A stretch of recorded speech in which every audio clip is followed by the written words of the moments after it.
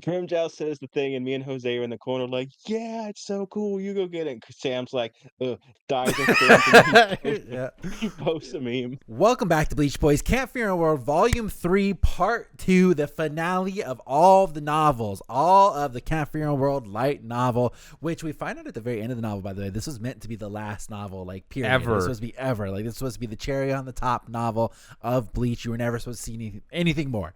As always, Jose, Pythes, welcome, boys. We're finally here.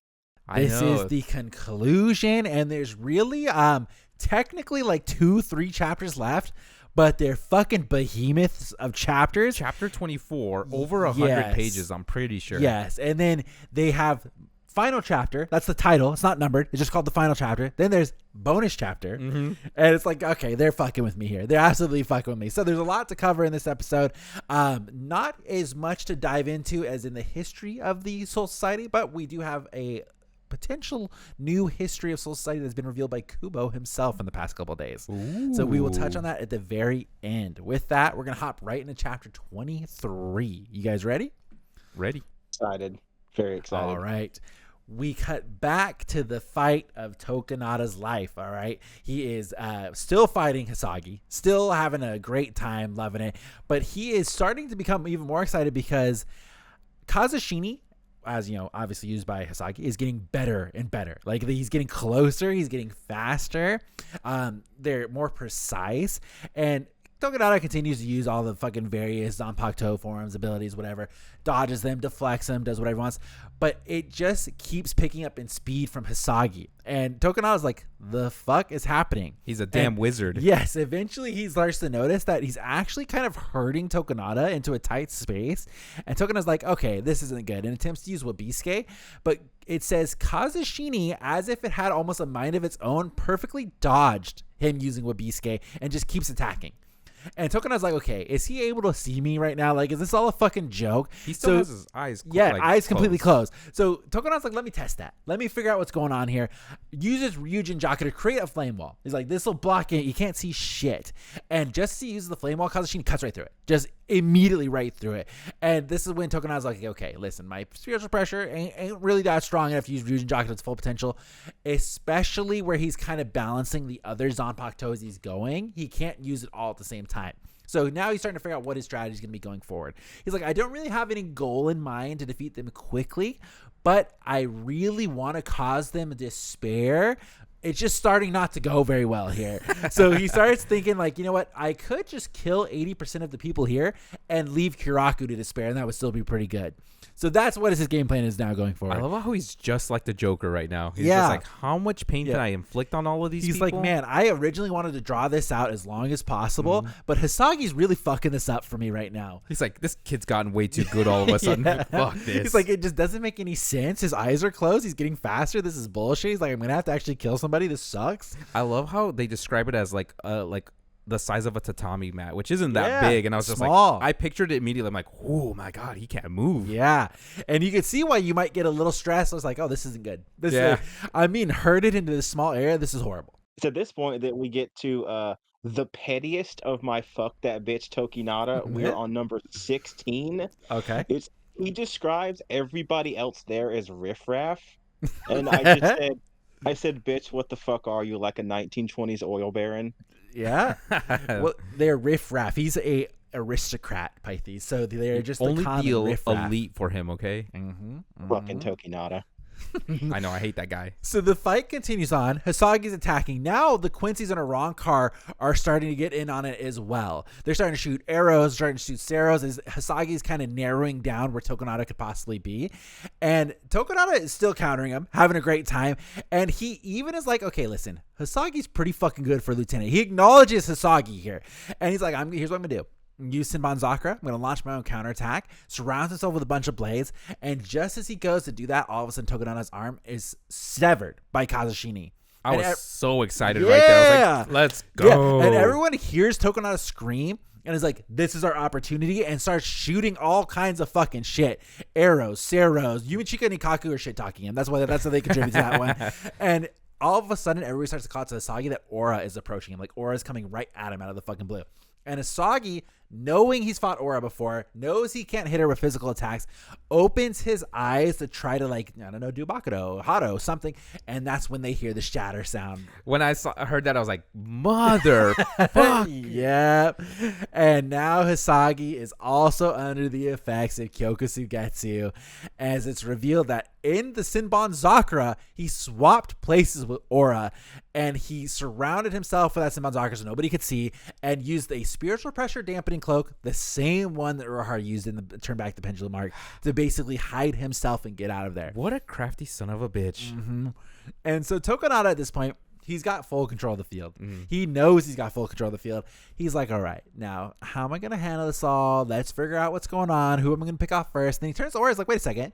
What happened to the Fullbringers? That, like, where are they? They're nowhere to be seen. We mentioned it last episode. Where the fuck are the Fullbringers? They were not in this fucking first half of the novel at all. And Aura's like, well, don't worry. They've been taken care of. And then Yukio makes his appearance on his fucking screen. And he's like, yeah, I took care of him. He says he put a virus into his past so that when Tokinada used Book of the End, it basically showed him this virus, and it turned... Oh, sorry, Tsukishima. I'm going to always say those names. I know, I was confusing them the whole time. Fucking Tsukishima stabbed him with the Book of the End, and it basically turned him, and that made him go to Genjo and the green cunt that we don't know the name. Giriko. Thank you, Jose. And it made him insert it into them as well. And so this is where we see Genjo and Tsukishima. They step forward, and Tokinada's like, I believe you, but let me use Kokusugetsu on them as well, just to be extra careful, just to be super cautious. And just as Tokinada goes to lift his blade, he is immediately slashed by a Getsuga-like attack from none other than Genjo, of course. And Tokinada actually was able to react to that and attempted to use Zangetsu, which he was trying to basically shoot his own Getsuga back at him, but it was only able to gain the form of a Zangetsu and not the power due to the uniqueness of its origins. So he could not use Zangetsu. And it just shattered the blade. So Tokinada still, after all this happens, there's a clash. Two Zangetsus, well, one shattered, and Tokinada tries to use Kyokusugetsu still. He's like, fuck it, I'm still going to do it, but all of a sudden he feels like he can't use the power of Kyokusugetsu, and Tokinada's like, okay, like, I know there's a weakness to this. He's seen it all before with Aizen. Aizen explained the weakness himself, and he's like, okay, I know if someone touches Kyokusugetsu, they become unaffected by hypnosis, and then he realizes that because he's actually not Aizen himself, that in and of itself is another weakness. Where someone with enough spiritual pressure that much greater than Tokinada would be able to seal a Zanpakuto. And that's why he went out of his way to, one, get rid of Yoruichi and Kiraku first, because he's like, those are the only two people that would be able to immediately fuck me over. And he's like, actually, son of a bitch, there's one more person that could do it, and it's Aura. So Tokinada immediately feels himself start to become restrained and he tries to grab his Zanpakuto. And even with Inra Kyoten, which is his actual Zanpakuto, he could feel that each and every blade within the Zanpakuto was also being touched by something. So Aura just basically touched all the Zanpakuto. She nullified it all. She was like, eat a dick. And everyone is watching Aura suddenly turn on Tokinada. And like, she has leveled the playing field. But nobody knows it, and nobody can move because they are still so goddamn scared of Kyokusugetsu. They are all watching like Aura attack him. They're all watching Aura wrap him with the little things that she was using against Urahara, and they're still like, we cannot move because we are not sure if this is really happening. Can you imagine just seeing the guy you're trying to like kill or get his ass beat, and then you're just like, I want to jump in so bad, but I can't right now. Well, because like, you think the guy you're fighting, his whole MO, his whole thing this whole time has, even Kiraku while they were fighting, he's like, you're exactly the type of guy to lie, then go, oh, actually I lied. Like, this is what I want to do, just to cause more despair. So even if they were to think they were seeing him lose, is he lying? Is he just setting us up for like more despair? Like, what is happening here? So nobody hopped in. Nobody hopped in to help. Everybody's like, I totally understand. I would be hesitant too. Yeah, I mean, you'd be like, I just can't even be. What if I stab somebody again? We already had that with Aizen. We've had that multiple times. I just got out of therapy after stabbing Momo. I mean, like, I just don't know if I can do it. What if like Hitsugaya just shows up and all of a sudden he's like, I got him. Oh my god, it's Momo again. He's like, you guys don't worry. I've been through this before. I'm a bit of an expert. I can take care of this one. Yeah, fucking Hitsugaya. POS. You know what? At this point, Hitsugaya should be able to feel on reflex. Oh, I stabbed that. You know what that feels like when I stabbed Momo. Yeah. Something else. Mm-hmm. It's like, this is a bit too similar to when I did last time, so I'm able to tell this is a fake. Thank you. Fucking Tokinada. We go straight from here to another Aura flashback where she is thinking of her life as a whole and said that she's basically lived her whole life as just a passive cog in the system. And she doesn't have any attachment. She just follows orders. And she's trying to think of what it is she was missing. Obviously, she was missing everything. But what exactly was it she was missing in her life? And she finally realizes that her whole life she was devoid of love. And her life obviously takes a turn when she meets Tokinada, and Tokinada tasks her with creating a soul reaper from various soul and body fragments that we talked about last episode. And during this project, for the very first time, she experiences basically a sense of accomplishment and an unexpected feeling of love for the new life that she creates, of being named Hikone. And despite knowing the life was created merely to be used as a tool by Tokinada, Aura's whole perspective on life swapped in that thing. She immediately had this feeling that she's never had before. She started to see the world in a different light. She now thinks, there's potential in life that she has created. And Hikone innocently begins referring to her as their mother. It's like, oh, Tokinada tells me you're kind of like my mother, even though I don't know what a fucking mother is. And Aura is just like, like I love it. That's just what I want to do here. And Aura totally recognizes the innocence and the lack of ill will in Hikone, and it reminds her of her younger self when she was locked away, and she kind of sees that version and wants to basically give a better life to Hikone, wants to like right the wrongs that she went through for Hikone. And this makes her question everything, like the nature of her father's actions, if it was worth him doing that, the happiness that was felt during that time. And Aura ultimately decides that her one goal, if she can have any goal personally, is to not allow Hikone to be used by Tokinada. And of course, in a secret resolve that she made with herself, she wants to rescue Hikone from Tokinada's manipulation.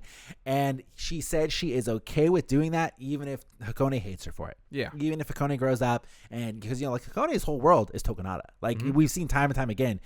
They love Tokinada. It is what it is. And she's like, even if Hikone hates me, I'm still going to do it. I cannot let Hikone go through that. So now that she has this newfound sense of purpose, she is all about Hikone. Boom, boom, boom, boom, boom. And now her actions are actually being driven by a goal, and wants to show Hikone that there's more to life than Tokinada, which is something that we touch base on later. And they want to let them make their own decisions. They want to provide Hikone with the same opportunity for choice that she had, but she didn't make any choices. She squandered it, and she wants to basically instill this self-determination that she herself didn't have. And Tokinada, back to the future now, is putting on the surprise that she was so surprised that Aura did that. And Tokinada's like, yeah, okay, actually I'm not gonna lie for long, I totally knew you were gonna do that. Like I think he explains here, I was really just surprised by the timing that you chose to do for it. I knew you were going to do it. I thought it would either be sooner or later. It just doesn't make any sense for you to do it right here. Like, yeah, he's like, I'm a little confused at the moment. Yeah, it gives a whole fucking breakdown. Like, really not the greatest plan from you, or I thought you would have done it later. It would have made more sense. It's like, dude, okay. And she's just like, I don't even know what to say. She's like, okay, I mean, what do you mean? And basically, Tokinada reveals that he not only anticipated it, but he manipulated her emotions towards Hikone for his own amusement. And then he tried to Aizen her, dude. Yeah, and then Genjo tries to attack him, but he's still fucking on guard, dodges it easily, and all of a sudden Aura begins to feel weak and collapse to the floor. I mean, Tokinada's a son of a bitch. Right? He's such a dick. Yeah. Just like, I can't with him. I hate him so much. But I will say that overall, probably one of the best villains I've seen in a while. Great. He's fantastic. I love to hate him. I told you guys over and over, he's the best villain in Bleach. So good. And it's just like, he's just so antagonizing to a point where it's just, I don't know. There's something about the way he does it where it's like, that guy is a cocksucker. Yep. I'm like, God, I hope you fall in the pit. Well, it's like with Aizen, he gets a lot of love. Aizen's like, oh, he's so cool. He's so cool. He's a badass. And it's just like, Tokinada is quite literally, fuck that bitch, Tokinada. Yep. Like, all the way through. Like, you're right about Aizen, and I think people even kind of respect Yuha because he's like a weird old guy with a big mustache that does some cool shit. Well, I mean, his philosophy on things were like, oh, this is just not right. I need to change the world. Yeah, like he's going about it the wrong way, and maybe there might be a big massacre involved. But he he's doing it for what he believes to be the right reasons. Tokinada is just a bitch that wants to fuck everybody over. Yep, he's like, nah, I need to fuck over this world. Yep. He's like the Joker, but lame. So, despite Aura beginning to suddenly feel really weak, she still continues to suppress the activation of Tokinada's Kyokusugetsu because obviously he tries to activate it again and again and again, and she is sacrificing herself at this point. And Yumichika, still in the room, is watching this happen, and he's like, that is my fucking Zanpakuto that he's using there. He's like, that son of a bitch. It's like, that is mine. And Tokinada even goes on to explain, is like, sure, you can't be hit by physical attacks, but I know I've told you before that there's so many other Zanpakuto out there that is one of the good things about there being so much Zanpakuto is there's surely one that will work on you. Like, surely. And that's what I'm using. Like, here you go. So Genjo now decides this shit, like, this is a perfect opportunity. I'm going to start fighting Tokinada. I can't use any of his powers. Perfect time to start fucking him up. And this is when Tokinada decides to start playing fun games with Genjo. He's like, this is my opportunity.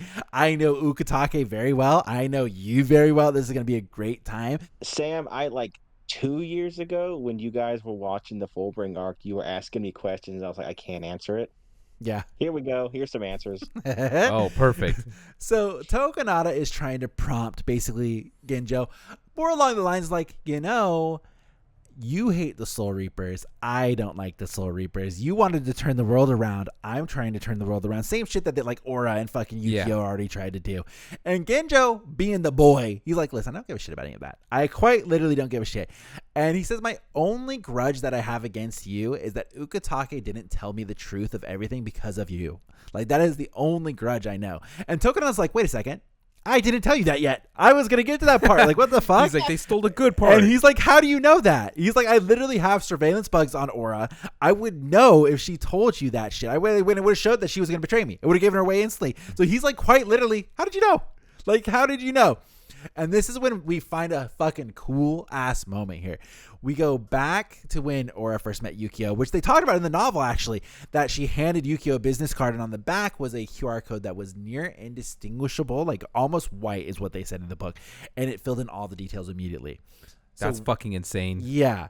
And Genjo continues assaulting Tokinada because, he's like, I don't give a fuck about what you're saying. I already know the gist of it, And Tokinada starts gloating some more about his manipulation, about, getting Genjo's friends killed, about how he told Ukitake that he has to do it, all the tragedies that had happened in Genjo's past, and even with Ukitake. And he reveals that his family basically... his family and the aristocrats, of course, their whole one big gang, are the ones that told Ukitake to do the surveillance inside of the badge.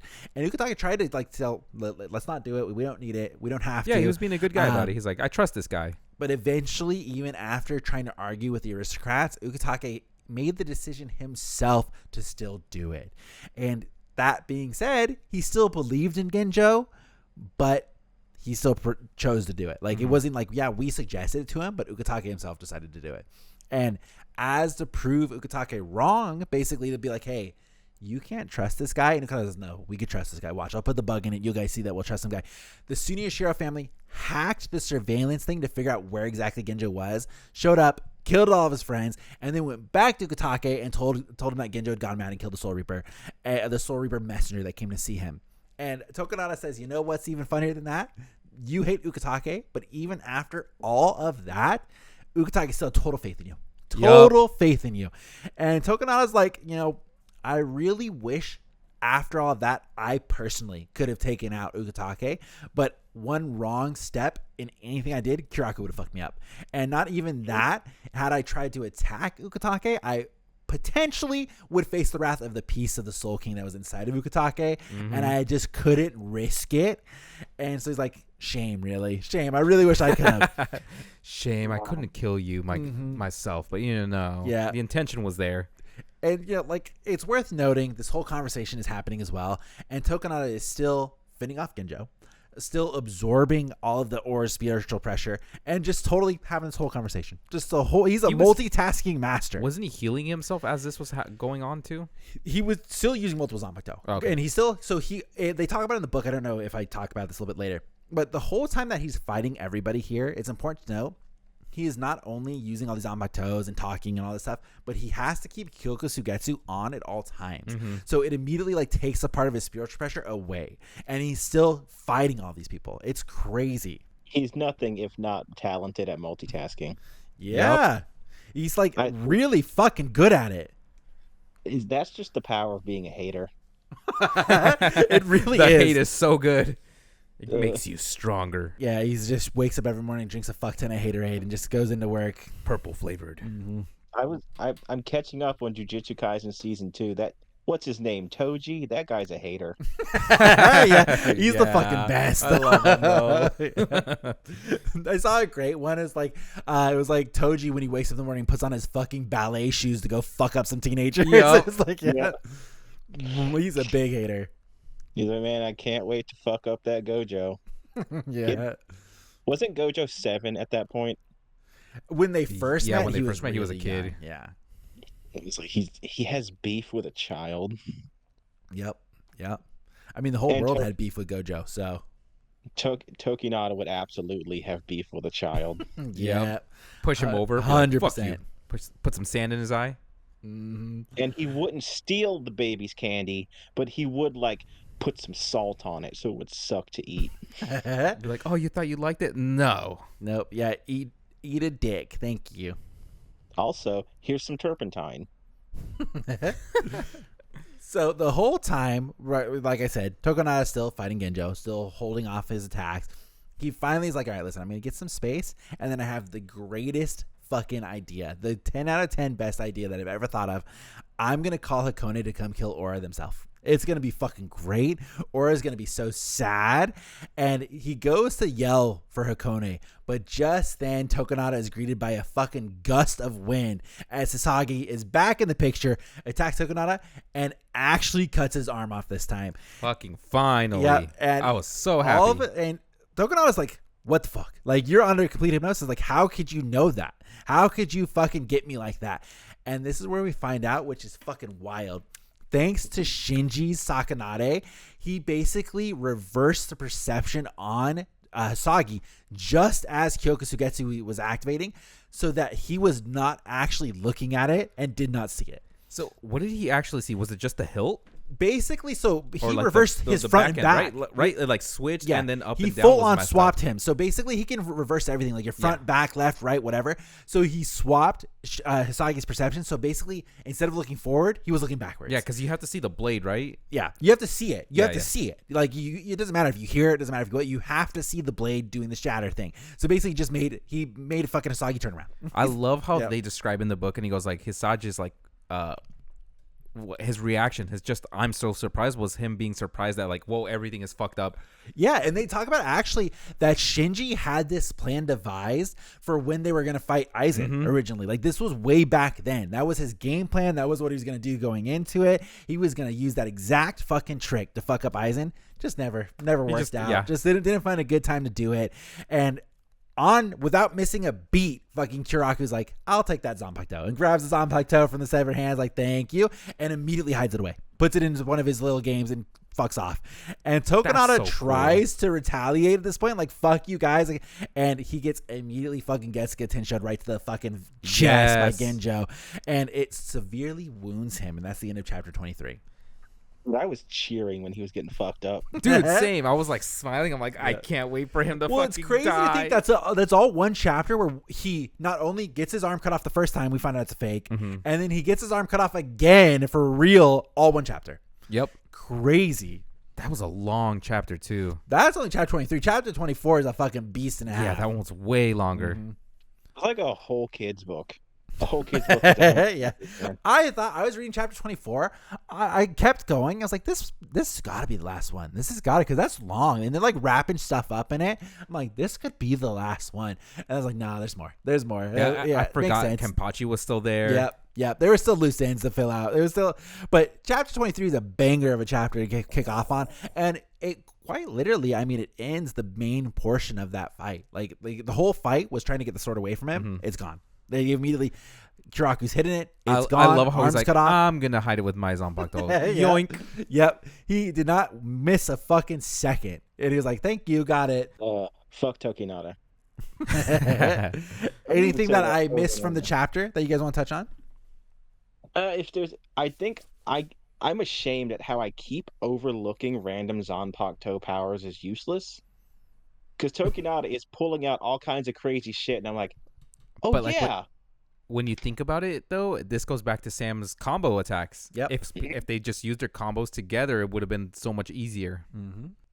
Imagine literally anybody attacking someone who is being drained with Yumi Chika's Zanpakuto. Yeah. Yeah, it's that's true. fucking insane. It's very true. And I mean, like, I think he even said in one of his spiels when he was using that Zanpakuto that, you know, some people see these Zanpakutos and they're like, oh, they're not really that good, or they're not combat based. But it's like, in the right situation, it's perfect. It's fucking perfect. And that's what Tokinada says. And it's like, he's right. He's totally right. That's the problem with that bitch Tokinada. He is right sometimes. Yeah. I lost my mind when the business card came back up. Yeah, I was like, wow, that is fucking smart. Because, like, outside of she drops the name Execution, that doesn't really come back up in Volume 1. So I remember thinking while I was rereading it, this is a weird bit of the chapter. She just shows up, hands him a business card, and then you don't cut back to that. It all comes back together in the third volume. When we find out what Shinji did to save Shuhei, I was so hyped. I folded the page, keep my place, pulled out my phone, and pulled out the video of, that's right, he's the GOAT. Yeah, I love that. That's definitely a W for Shinji, you know? He doesn't get many. It's so good. Yeah, he doesn't get many. He gets a lot in these books. Yeah. This book does a great job for Shinji. And everything else is later. So, that goddamn cloak of Kisuke's keeps showing up. Oh my god, I totally forgot to mention that Shuhei, he wrapped Kazushinya in it. Oh yeah, and then threw that. I was like, what a fucking smart thing to do. I wouldn't have thought of that.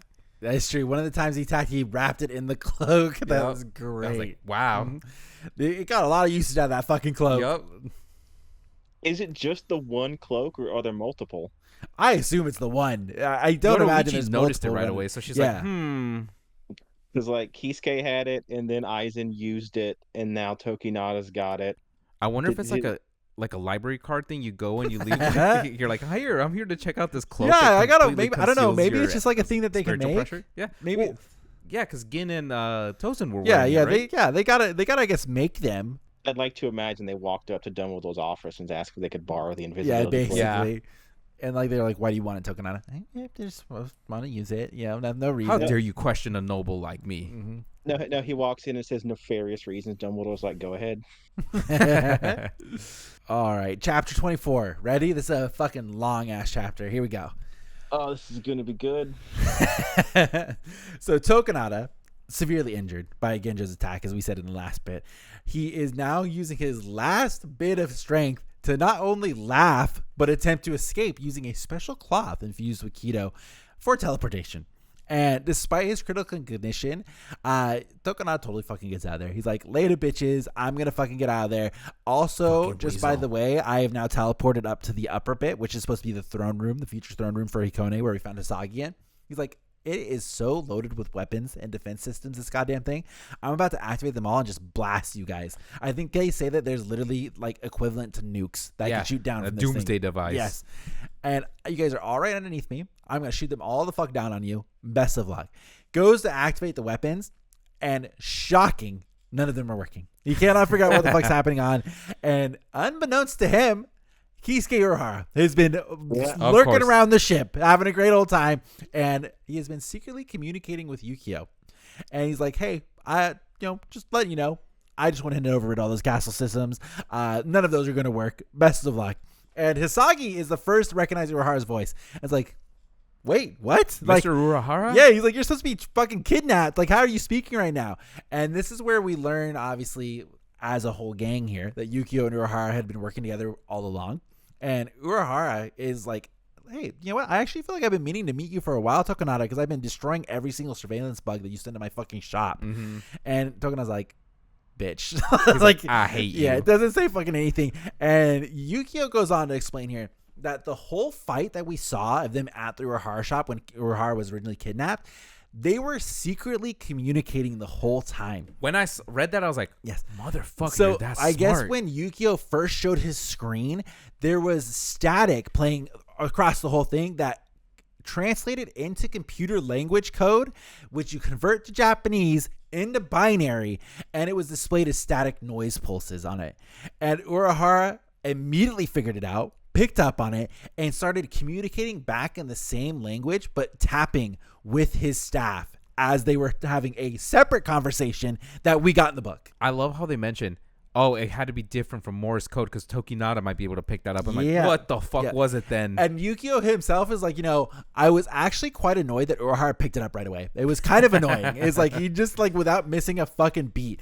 And I guess once they finished having their secret conversation, Urahara totally understood the whole plan, agreed to let himself be captured, and that's how that happened in the Urahara shop. And that's how he's not even been secretly. He's not even been captured. He's not been anything. He's just been free roaming in this free castle. roam whatever the fuck he wants. I just picture him being like a fucking cat, just being like, oh, what's this? Hold on. And I gotta imagine he's probably also wearing a cloak. He's probably also wearing a cloak, fucking around the goddamn castle somewhere. And they are just full on, like, Tokinada is in the engine room of the castle and screaming at Urahara, who's just communicating through like a communication system that was built in. And Urahara is like, your philosophy as a whole, Tokinada, kind of sucks. Sacrificing souls with a will, like Hikone, not cool, man. Not even if it's like maintain the world. It's just not quite right. And it's not even that good of a solution. And this is where he mentions that even himself isn't really okay with the solution that they came with of Yuha Baha for the Soul King. He's like, even that personally doesn't sit right with me. And Tokinada's like, well, you're a fucking hypocrite. The huge hypocrite. He's like, I know you harbor the same exact ambitions as me because you made the Hogyoku. And why else would you make the Hogyoku other than have similar like creations that I have done, that I have made with Hikone? Nora's like, no. It's like, you simply misunderstood that because you lack insight into what I wanted to do. And he's like, I would never try to fucking do that shit. And Urahara is like, listen, honestly, regardless of Hikone's outcome against Rocky, the castle's totally useless, overrode the system, get fucked. And Tokinada does not let that faze him. He's like, yeah, I mean, you did fuck me over there. And he's like, that's okay. And he pulls out a different colored Tenkai Ketchu, which is the teleportation little things that they've been using. And he decides to use a fucking keto on the floor of the room, causing the whole goddamn castle to start to descend. But yeah, he decides, I'm just going to fucking seppuku straight the whole castle, send the whole fucking castle down. And it starts to fall towards what is going to actually be Karakura Town. He's going to send the whole oblivion not towards the people down below. He's going to teleport that shit right above Karakura Town, drop that shit right on them because honestly, they said that the Soul Reapers could probably run away fast enough. It's not that big of a deal. Yep. But the people in Karakura Town, they're not expecting this. They're not expecting it, one, and they're still locked up. They are in a cage that Aura fucking made. So the castle begins descending here. Nurara's voice is now coming out of the speakers to everybody else. And it's like, so Tokinada sending the castle down to Karakura Town, not great. And that's when everyone's like, well, fuck. This is horrible. This is a bad time. And Ginjo starts to observe the surrounding reishi, and it basically confirms he's still there. He activated the Tenkai Ketchu to teleport the structure to Karakura Town. So he's like, he's definitely going to send it to Karakura Town. I can sense it. I see the surrounding reishi. It's about to go fucking bullshit into Karakura Town. And Tokinada starts speaking through the speakers himself now. Everybody's taking a turn on the goddamn speakers. And he's like, okay, you guys fucked me. You defeated me. I admit you got me good there. But he's like, best of luck stopping this castle from dropping on a Karakura Town. And Kuraka's like, well, this is not fucking good. I don't know what we're going to do. And that's when they notice that a fragment of the castle is already detached from the surrounding explosions and is now plummeting straight down towards everybody. And so everyone is injured from the fight with Tokinada. Everybody's fucked up. They're trying to figure out, we're now about to, one, get squished. If we don't stop that one, the other part of the whole castle is going towards Karakura Town. And it's this moment that Aura starts to severely deplete herself of spiritual pressure and uses her remaining strength to basically slow the fall of this piece. Because if you remember, Aura can fucking manipulate goddamn everything. Literally everything. So she starts using her last bit of spiritual pressure to slow the fall of this fragment. And she is like starting to waver. She's going down. And Hisagi's like, okay, listen, Aura, you and I, no longer enemies. I get it. But why are you sacrificing yourself? Like, you got to stop. Like, we can figure out a way, like, we'll send up Kenpachi to cut it in half or something. We'll do something. And Aura's like, I am acting on my own volition. I'm not doing this just for Hikone. This isn't some stupid ass act. I want to do this. And Tokinada chimes in over the speakers. He says, Hikone, kill Aura. What a fucking asshole. And in response, it says Hikone so swiftly appears behind Aura that nobody had the chance to fucking react. It was so quick. There was no response from Hikone. He just fucking did it. And there was only one person that was ready to guard Aura. And it was none other than Hisagi, who stepped in between Hikone and Aura. And he's like, you gotta stop, man. It's like, please. And Hikone is full on like, Mr. Hisagi, can you please move? Can you step aside, sir, while I murder this lady? I gotta kill Aura. Like, sorry. And that's when Kenpachi catches up and he's like, hey, I didn't think we were done. He's like totally ready to fight Hikone again. And they begin to clash. And everybody's like, this is not good. This is not fucking good. It's like, now they're fighting right next to all of us. This is fucked up. And Hikone is fully fighting Kenpachi, and they notice that he's still continuing to increase in power. With his spiritual pressure, they note is reaching overwhelming levels. Hikone is like, all right, listen, we're going to fight. I get it. It makes sense now. I have to kill Kenpachi before I can do anything else Tokinada wants me to do. I have to kill Kenpachi. And that's when suddenly someone else appears in between Hikone and Kenpachi, and it's goddamn Hisagi again. That's a death wish right there, man. Goddamn Hisagi again. Everybody is surprised. Everybody's like, what the fuck is he doing? You can't step in between Kenpachi and his prey. Like, you just cannot. And Hisagi's like, let me take him. Let me take Hikone. And obviously Kenpachi's not thrilled with the idea. He's like, not a chance in hell. But then Hisagi comes up with a perfect answer and says that Hikone is too weak for someone with the title of Kenpachi. Mm-hmm. Someone with that title shouldn't be basically batting down. You know, you should be fighting strong opponents. And Kenpachi full on stops and reconsiders his whole fucking stance on the fight purely because he brought up the title Kenpachi and then like flicked a switch. He's no longer Zaraki. He is Kenpachi. He totally gets what he's saying. And he begins even like murmuring to himself, like reflecting on this whole title of Kenpachi and like speaking with Yachiru. When he mentioned it, I was like, yes, she's still alive. And they're talking back and forth. He's like, that makes sense. That makes sense. Yeah, totally. That makes sense. And he accepts Hisagi's request. Like, you know what? Because you brought up the title of Kenpachi, and he even thinks, you know, of the past holders of the title. He's like, you're right. You're totally right. He's like, I will give this to you, but I expect a worthy fight. Otherwise, I will fuck you up. And Hisagi's like, done. Like, deal. Deal. Like, sounds perfect. Just got to impress Kenpachi over here. Fucking so cool. So cool. Because we just saw the part in 1,000 Year Blood War where he defeated Grimmy in the anime, right? Yep. And in that whole thing where, you know, Unohana, Yachiru, whatever you want to call her, she was like basically unlocking the limiters on Kenpachi that he himself had put there. And part of the limiters was like, dude, you restrict yourself, you play with your food too much, like all this shit. And he's doing it again. I'm like, dude, like what happened? Well, he took 2 steps back. And even when he showed up, he had the eye patch on again, remember? Yeah, he I'm did. like, dude, what happened? And I like this explanation of like, he basically has 2 mindsets in him now. He has the Zaraki mindset, which is like this classic. He's probably got the bells on. He's got the eye patch. He's ready to fuck around and have a good time. Because even with Hikone, he was still letting Hikone hit him. And it's like, that's true. That's the whole, like, fucking Unohana died to tell you stop doing that shit. Like, fuck him up. But then the moment the Kenpachi word gets put up, he's like, boom, different guy. Like, you're right. He's I like, cannot be fucking around. He's like, I am the Kenpachi. You're right. I totally get it. Like, as the Kenpachi, done. I'm like, that's cool. That's really He's cool. such a badass. Mm-hmm. It's such a genius argument too. Yeah. I never would have thought of it. Never in a million years would I have thought to bring up the title. So good. And like, I feel like that kind of knocks some sense into him too. He's like, you're right, I'm Kenpachi.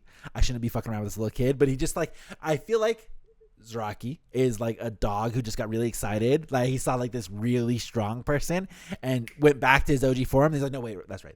I'm trained now. He's like, I'm trained. I'm chilling. You're I'm right. chilling. You're right. And no matter all the mentions later on in this novel of fear, you can't weigh the nuts on Hisagi for stepping in between Kenpachi. That's so true.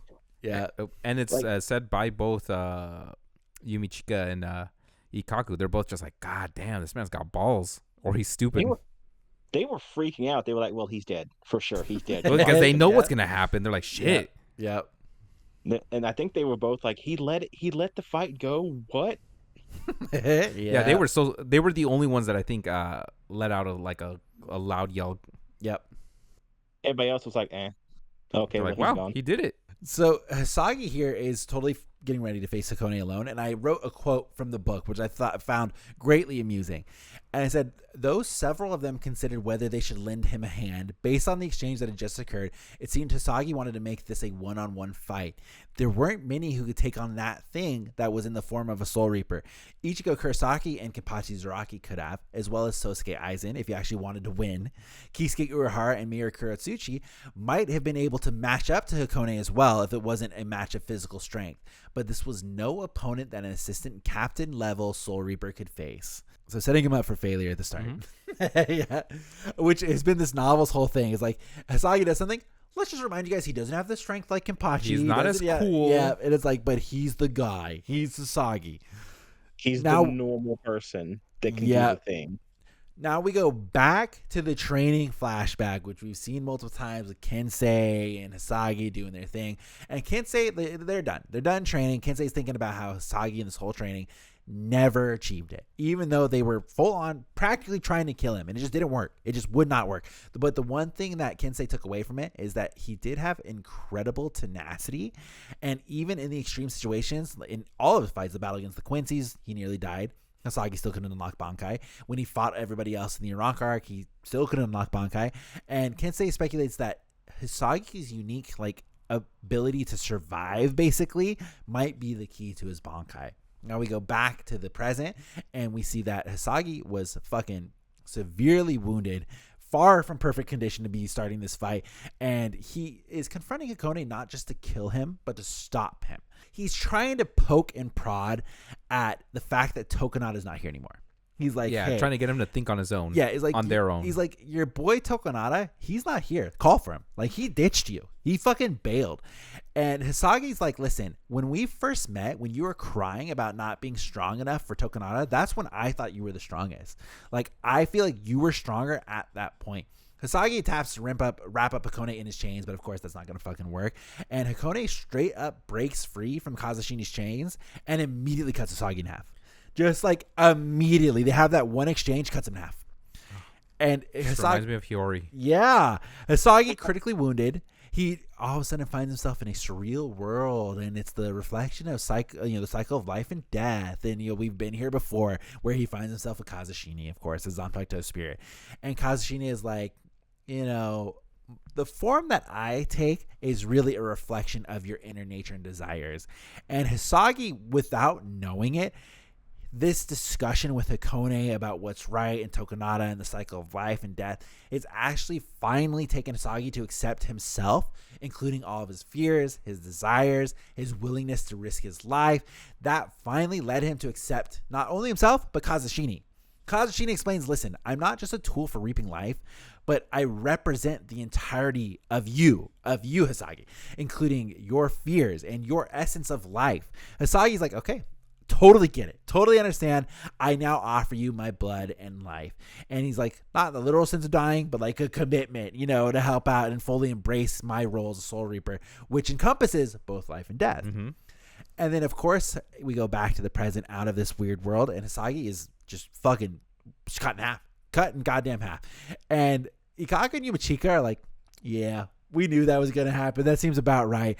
But it's Kenpachi and Kiraku who both notice that it's not exactly over. Yeah. They sense something different coming from Hisagi. And all of a sudden, Hisagi reappears totally unscathed. He has the original wounds that he had before he started this fight. But that cut in half, he's fine. Back. Totally back. And Hikone's like, what the fuck? And he's now being attacked by Hisagi. Or he attacks Hisagi. But after every attack where he slices Hisagi, cuts him in half, dismembers him, hits him with a Sero, his body and clothing regenerate every single time. Right back to the part he was when they started the fight. And Hikone is confused. Everybody watching is confused. The observing Quincy's confused. They tell Nanana, figure it out. What the fuck is going on? Look at that shit. What's happening? And Nanana is like, there is something strange about Hisagi's spiritual pressure. Even Grimjo and Halibol notice some weird alteration in the spiritual pressure of the area. Mm-hmm. And Hikone is so fucking baffled. He's like, I don't understand. He's like, I just keep attacking. You're fine. So he gets closer. He's like, I'm going to look at you when this happens. I'm going to figure this shit out. And he sees that there's a mysterious black chain that keeps reconnecting all of Hisagi's severed body parts. Hikone we go back in time a little bit here. Hakone's thinking of Tokinada's training, and Tokinada had ingrained every single Zanpakuto ability into Hakone. He's like, these are the abilities, learn them. Like, know these powers. And Hakone's like, I've learned all those. There's not a power like this. This power doesn't exist. But he does think every Zanpakuto does have a weakness. Every single one. So if he could just find out his weakness, there's no way he could be immortal. There's no fucking way. And so Hakone's still attacking. He just cannot figure it out. He's like, what the fuck is happening? Hisagi finally is like, okay, you want me to show you? I'll show you. And he starts to think back on Aura's request that he spoke, that the words that we didn't get to hear in the last part that we talked about, where Aura talked to Hisagi in the castle. She said to pray for Hakone's world as a soul reaper. And that's what we find out was some sort of code that was said to Hisagi, which basically was like, please save Hikone. Yeah. That was the thing he's trying to get. And that's when Hisagi unleashes both ends of Kazashine, and they spiral over his head into a black maelstrom. And Shuhei finally says the words we've all been fucking waiting for, and it says Bankai, and it transforms the atmosphere dramatically. And he uses Bankai, which was Kazeshini Kojo, or I've seen it said Fushi no Kojo as well. Mm-hmm. And it creates a black sphere in the sky, basically resembling a dark sun or moon, and countless black chains stretch down to the ground. And these chains come from the sphere, they connect to Hisagi, and they anchor him to the ground. And Hikone is like, all right, I see this, I totally get it. Keeps attacking. He's like, I'm just going to keep fucking going. Fuck this shit. I'm going to keep attacking. And each time that he attacks, not only do the wounds immediately heal as if they never fucking happen, but Hikone keeps getting chains wrapped around him. And he's trying his best to figure out still the fuck is happening. Like, I don't get it. And Urahara is watching this. And he's like, man, that's a dangerous Bankai. I love how he goes, ooh, that's a nasty one. Yeah, that's a real nasty one down there. And we go to Nanao and Kiraku, who are also witnessing the whole thing. And they begin discussing the nature of Hisagi's Zanpakuto. And Kiraku starts going into now, like, listen, dual wielding Zanpakutos is basically, I think, for all intents and purposes, he explains here, it's not real. It's not a real thing. You don't dual wield Zanpakutos, because the two that we know about are his and Ukitake's, of course, and his we know is the Nanao family sword that he uses. And he says that the only reason Ukitake has two is because of the Soul King piece inside of him. Mm-hmm. So he says he's always thought that Hisagi, the fact that he has two, is not right. There's something around it that we don't understand, and he has now finally seen the Bankai. He gets it, that it's actually the chain that is Hisagi's Zanpakuto, not the sickles on the end of it. That's just like a thing. It's the chain. It makes so much sense though, because all of his attacks and everything are all used by the chain. They're all ranged attack. You can wrap them around everything. Yeah.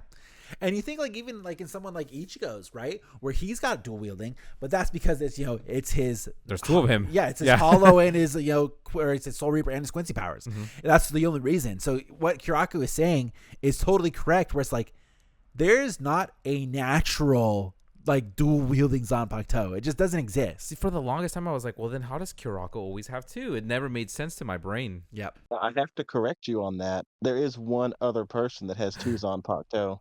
Is it the legend? It's the legend Phil Erman. All right, you guys fucked with me. I was like, dude, I was like, who? I thought maybe you guys were gonna say like, oh, the fucking second Bleach movie. There's two fucking Toshiro Zanpakuto. I was like, oh, no, that's the twin blades. Yeah. That's not canon. Oh, it's legendary bowl cut Shinigami Phil Erman who got killed by Muramasa. He was killed because he was going to resurrect the bounce. Yeah, it would have been too strong. It had to be done. By the way, for all those listening at home, that's some fucking deep weeb skilled lore. That's so deep. You have to go back into the early days. That's when we were watching like what? Zanpakuto Rebellion arc. Was that? Yeah. That wasn't even in the episode. That was a dumb fucking comment I left that was like 9 paragraphs long. Yeah, so not only do you need to find the episode, but you have to go into the comments and find Pythes. You'll find it. It was just Pythes that commented that day. It's me, sometimes Retsum, and sometimes Marcel. Yeah. The trio, the perfect type. Okay, yeah, I thought you were going to pull out some guy that actually had doubles. Like, man, I don't fucking know. Yeah, I was like, correct me away. When he said that, I was like, my mind went through every single character that has double swords. I was like, no, that ain't right. How dare you not consider Phil Erman to be real? Yeah, my bad. My bad. Okay, you may continue after that egregious error. So we'll go back to the fight. Hikone is now finally noticed that there's a giant black sphere in the sky, and it is connected not only to Hisagi now, but also to Hikone by chains at their neck. And Hikone is like attacking, and he's finally realizing this is just futile. There's just like nothing happening here. I cannot figure it out. Hisagi keeps instantly regenerating. Hikone even tries to destroy the black sphere with like a Sero. It immediately reforms as well, just straight back. And Hisagi at this point explains that not only does his Bankai not make him immortal, it just prevents death. It's different. It's not the same thing. And it creates a state where life and death are then stagnant. They don't do anything. And he's like, this power is a reflection of Hisagi's fear of dying and killing. The Bankai essentially halts the cycle of life, binding everything in the chain and forbidding both life and death. And Hikone's like, okay, so let me take a look here. I have the chain. You have the chain. Hikone tries to actually attack his own body. He's like, do I have it?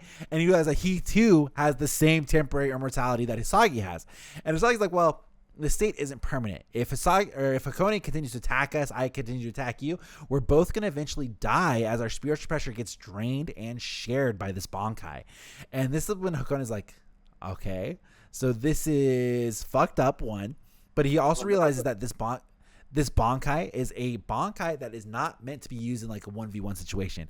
It needs to have allies nearby because best case scenario, it's just going to be a draw. They're both going to be weakened. Hisagi's going to release it, and then the allies can just jump him. Just immediately hop in and fucking beat his ass.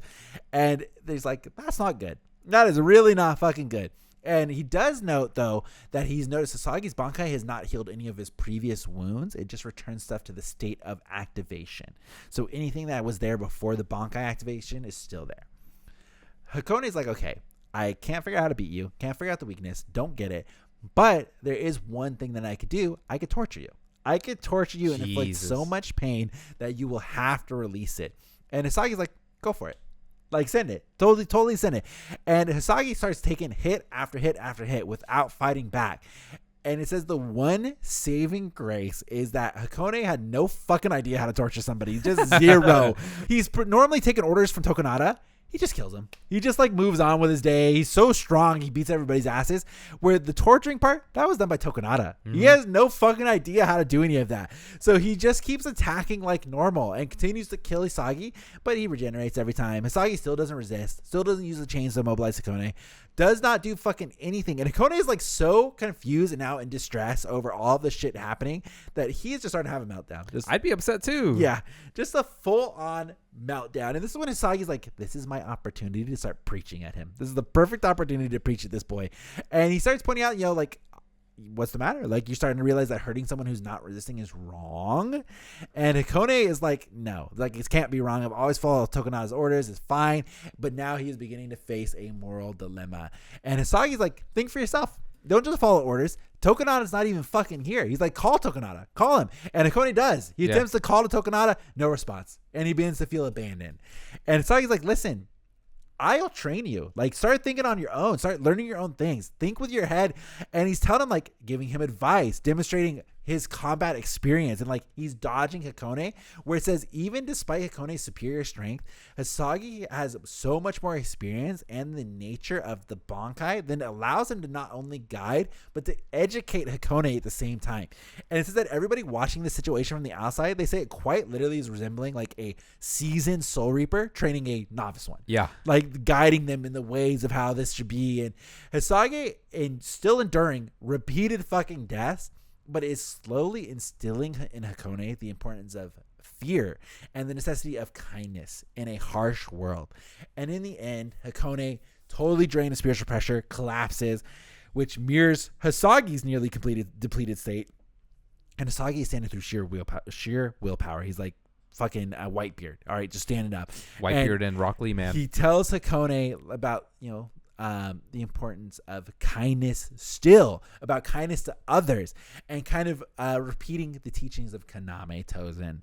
And Hisagi is about ready to release his Bankai, but quickly turns to Kiraku. He's like, can you please not kill him when I release the Bankai? Like, please. Kiraku's like, fine. I won't kill the fucking kid. It's fine. So he releases the Bankai, and the moment he releases the Bankai, Who else but fucking Iko Mikodomoe? I was like, what the fuck, man? Reappears from who knows where the fuck he's been. And he's like, Hikone's weak enough. I've been slowly absorbing shit from him the whole time. I was going to get all of the pieces that he had inside of him, but I mean, it was close enough. He's like, I have enough right now. Jumps out to attack Hikone. Just full on take his ass out. And Aura jumps in between them, saves Hikone, gets like fucking bit and thrown to the side. Like a chunk of her missing. Yeah. And Ikemikadome is like, all right, you know what? Didn't work out the way I wanted to, but hey, I'm right there, baby. Like, that's as good as I was going to get it. And he starts to grow in both size and power when all of a sudden someone else appears behind him with a sword bigger than himself. And Ikemikadome is so proud of this accomplishment. He's about to announce the return of his actual name as he is sliced in half by Kenpachi. And Kenpachi lands down and says, well, your true name may as well have been Wimp. Yeah. As Ikemikadome just evaporates. Yes. I wrote it down too. I was like, my guy. Yeah. Well, I read that. And I was like, that makes so much sense because I was asking you, Pythes, like, lay it on me. Does he actually say his real name? Yeah, like, remember we were so curious. Lay it on me. I want to know, like, does he have an actual name? What's his deal? And no answer. And it's like, now I know. You know what's really cool though? After we got that whole bit where he's like, oh, well, Ikomikodomoe's name got removed, someone in the comment section went back and was like, hey, I'm pretty sure it just says Ikomikodomo in Japanese. You couldn't actually read his real name. And I'm like, without giving it away, they were so cool about it. I was like, I like that. I like that very much. Thank you. I also read that. I hit a like on that comment. Same. Yeah, so Kenpachi coming in clutch. Thanks, whoever wrote that. So at this point, we cut now to all the shit that's going on around. There's still buildings falling. There's still a chunk they're trying to slow down. It's a whole goddamn thing. And Urahara now opens a massive Garganta. And Aura's like, I get what you're trying to do. Totally get it.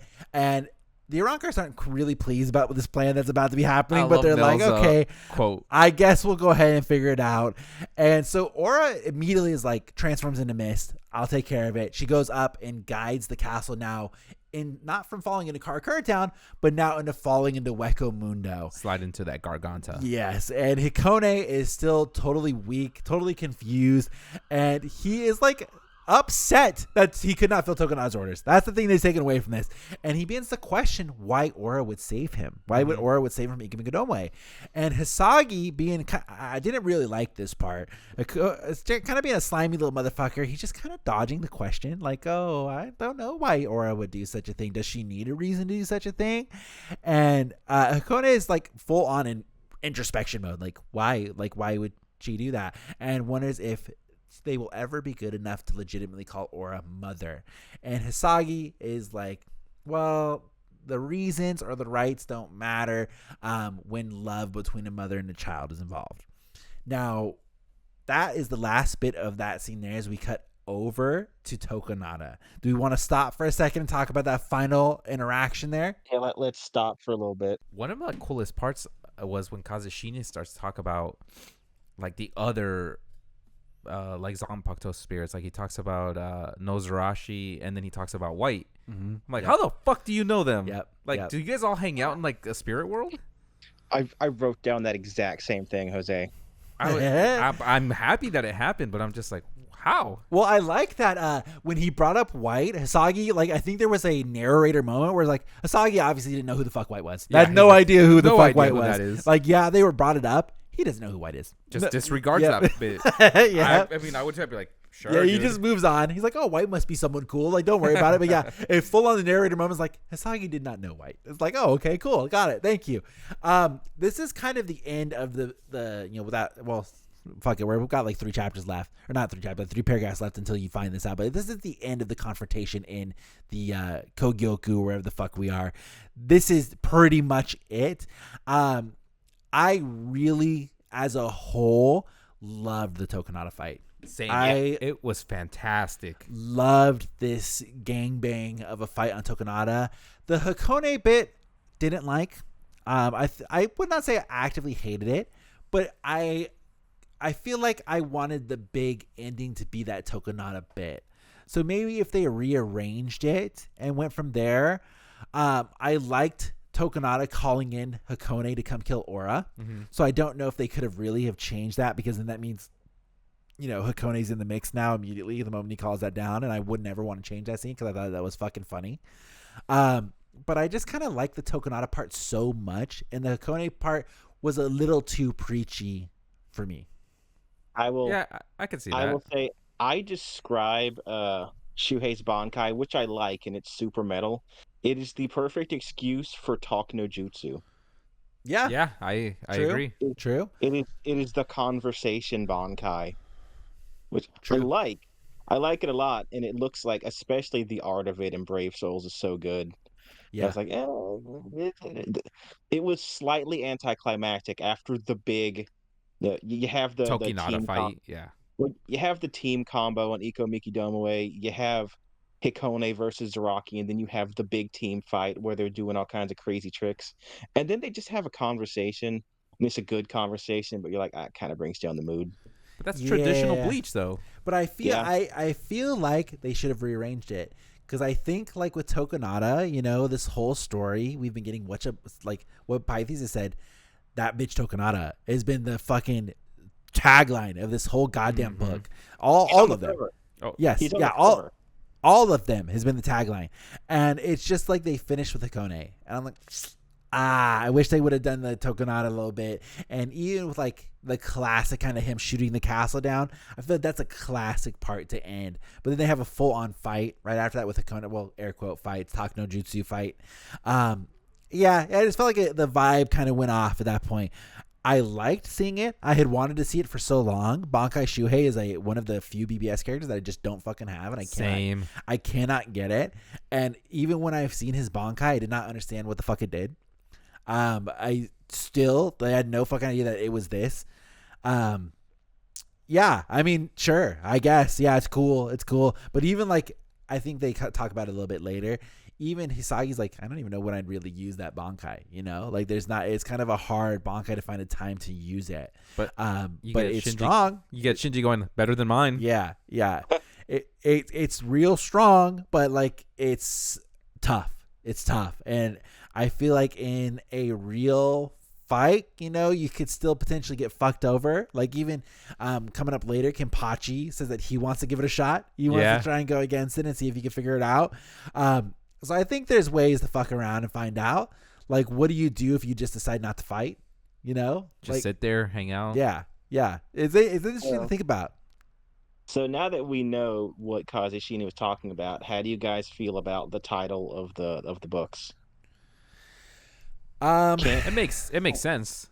Can't feel your own world, Shuhei. True. Yeah, it genuinely makes sense. They were screaming at you the whole time you were looking at it. Yep. And then I like that they specifically also said that Hisagi, before he even realized it, accepted himself. Like, he was just not thinking about it, and just like through the actions and the motives of what he was doing, he like back assward fell into it. He's like, oh, okay, cool, yeah, you're right, I do accept myself. You're Thank right. you. I do like me. Yeah. So I don't know if you two have either watched the anime or played the game, but the whole conversation with Kazeshini was some Persona 4 shit. I haven't played Persona. Someone that has played Persona is getting it. I am a shadow, the true self. Reach out to the truth. That's lit. I feel like he played Persona 4 right before he wrote this. Nice. He's like, you know what? I could implement this here. Also, when Tokinada was teleporting away, did you guys catch where we had seen the cloth from? No. I know it's familiar, but I don't know exactly where I saw it.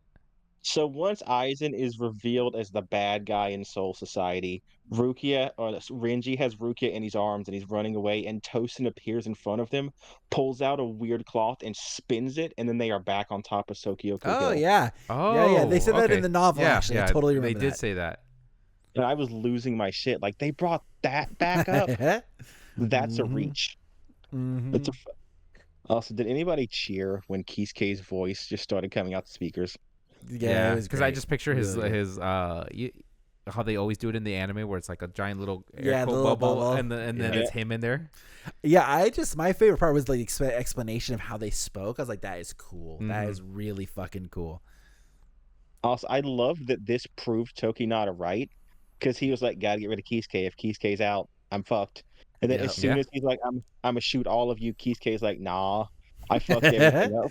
Yeah, it's like, you're not gonna do that. Sorry, bud. He's like, you left me alone in your castle for quite some time, man. I just do my thing. Also, we missed two of them, so I'll go back. Fuck that bitch Tokinada number 17. He can't accept his loss like a man. He has to try and drop shit on Karakura Town. Yep. Yeah. He's like, well, if I can't kill you, well, then I'll fucking kill these plebs. That's the ultimate of like a little kid going, "You didn't win, you didn't win." And fuck that bitch Tokinada 18. Having such a good kid as Hikone kill Aura is beyond cruel. Great get I back, thought it was a though. pretty funny Great get thing. back. I read it and immediately I'm like, oh, Sam's gonna love that. Yeah, it was great, dude. It was really great. I was getting fucking steamed reading that. It's like, you motherfucker. You Yeah, I absolute loved it. bastard. And then I just wrote, of course, Kenpachi could one-hit KO Iko Mikidomo. Of course he could. Yeah, it was like his thing was being a big target. Who better? Like, come Exactly. on. They're like meteor Which- size. I feel like you could argue as well, because you remember like Ikemikidome and Hikone did their thing almost at the same time. Kenpachi immediately went towards Hikone. He was like, I'm gonna fight Hikone. So I feel like Kenpachi probably saw Ikemikidome. It was like, too easy. No thank you. And just fucked off. He's like, next. Mhm. Also, he used his Zanpakuto for that, right? I'm pretty sure Yes, he he did. Yeah. Yep. he Yep. Shikai'd it. So Yep. we got to see Nozarashi a little bit, Yep. which I guess justifies his Brave Souls unit. Yeah. You gotta do anything to get that in there. Oh yeah. Do we want to cut to the fate of Tokinada Suniyashiro? Yes. I have a debate that we might have to have on that. Okay. So I'm really All right. excited. Here we go. Tokinada, not only did he retreat, but he retreated back to the Suniyashiro family household inside of Soul Society. Fucking weasel. And he plans to completely hide and recover on his own. And he enters the head of the family's chamber, but he immediately senses something wrong with the air. There's something going on here. There's someone in the room. And he calls out, like, who's there? Like, who is it? And in his mind, he's expecting it's either Soifan, Byakuya, one of them two, would be staying back to come and get him. But actually, it is Mayuri, which is probably the worst captain you could find hiding in your room. The fucking worst. Could you imagine? And Mayuri is just like, oh, don't mind me. I'm just here to look at the data that you guys got. I'm just going through your stuff. It's all good. You can do what you want to do, Tokinada. And Tokinada's like, wait a second. Like, the data on, like, Hikone? And Mayuri's like, yeah, I mean, it's pretty interesting stuff, And Tokina's like, what if, like, you and I get together? Like, what if we get together? We can redo the whole thing. Like, you can make a better version. And Mayuri is just so uninterested in his ambitions, just not really a fan. And Tokinada starts to compare him to Urahara, like trying to provoke him, do the classic Tokinada thing. And Mayuri's like, listen, had you just come to me about creating a new Soul King, I would have done it easy. I could have easily have done it. But the biggest hurdle in your plan, Tokinada, is Tokinada. And because of that, I would have taken you out anyways. And Tokinada's like, fuck you, you piece of shit. And as they converse, a unexpected assassin appears behind Tokinada and stabs him in the fucking back. And Tokinada, even to this point, is like, all right, who is it? Is it the one that I hired? Is it like, and it's just a random young girl. Assassin. Mm-hmm. And she stabs him in the back not once, but multiple times. She goes fucking murderer status. And Tokinada goes to look like, let me see who this is. Let me see who is stabbing me here. And he's like, I have no idea who the fuck you are. No idea. And she says, like, you killed my family. Like, you set up my family. You got them killed. And Tokinada's like, I don't know who the fuck you are. Like, you're a nobody. And Tokinada full on accepts, I'm gonna die. Like, straight up. He won when he sensed Mayuri. He's like, I will not win against the captain right now. Like, in my state, I'm fucked. And two, when he got stabbed, he's like, I'm gonna die. Like this, I'm gonna fucking die. And so he realizes that his death is coming. It's impending. And he chooses not to go after the assassin. He's like, I could still take out that bitch. And instead, he laughs maniacally. He crawls into the throne, laughs, accepts his fate, and he begins to relish in the fact that he died to someone he considers insignificant. He loves He thought it was ironic. And he decides in his final moments to yell, just taunting the people who aren't there, begins taunting Kiraku about the fact that he didn't get to thwart him. It wasn't him. He decides to go after Kakyo. Like, even your fucking stupid ass vision could not stop me. I still was an asshole to the end. And even Tozen. And he's so happy that he basically was able to elude their justice, is what he says. I died to nobody. I eluded you guys' justice to the very end. And he dies without ever expressing any remorse. Not a single bit of remorse for anything he's done. And he remains a spiteful bitch to the very end. To the very end. And Miri is there the whole time. Totally watching. Totally indifferent. Leaves the scene. Starts reading a book at some point. Yep. Leaves the scene, doesn't intervene. He does reflect a little bit like how interesting that such a small act brought an end to Tokinada's life. And the young assassin, they say that she actually stays in the room for a while, like trying to recover about what's happened. And she eventually flees as well and leaves Tokinada's body alone in a blood-stained room. And they actually say in the book how Mary not only could have saved him, could have super easily turned him into a corpse unit, could have easily kept him alive and tortured him. He was just so uninterested in Tokinada that he did not give a shit and left. That's fucking hilarious, though, because the book says he walked over to a bookshelf, grabbed the book, and was just like, oh, you're stabbing him? Yep. All right, cool. He was so uninterested in anything Tokinada had to offer, he left. Like, which is so unlike Miri. For Miri to be uninterested in anything about you, sorry, dog. Sorry, not interested. Goodbye. For context, he was interested in Orihime. Yeah. And this is when we actually get to see our Lord and Savior Aizen for a little bit. We go into the Mukin, and he's able to sense a shift in the Soul Society following the death of Tokinada. And this lets Aizen begin to kind of think back on a past conversation with Tozen, which I asked a couple episodes ago, what the fuck was the promise? We're about to find out. And I said, shut up, we'll get to it. Yeah, you did. We're about to find out, which is so fucking good, by the way. So good. I told you. Yeah. Tozen is expressing how basically he's got strong convictions to Aizen. He is devoted. He wants to stay convicted to Aizen. Like, you're my boy. And so the one favor that he asks of Aizen is that if Tozen ever betrayed their cause, if he ever relented and accepted the world of the Soul Reapers, where if he was ever swayed to come back, he wants Aizen to eradicate him, leaving no trace of his existence right on the spot. And this request comes from his good friend Kakyo and the ideals and the memory of his friend Kakyo.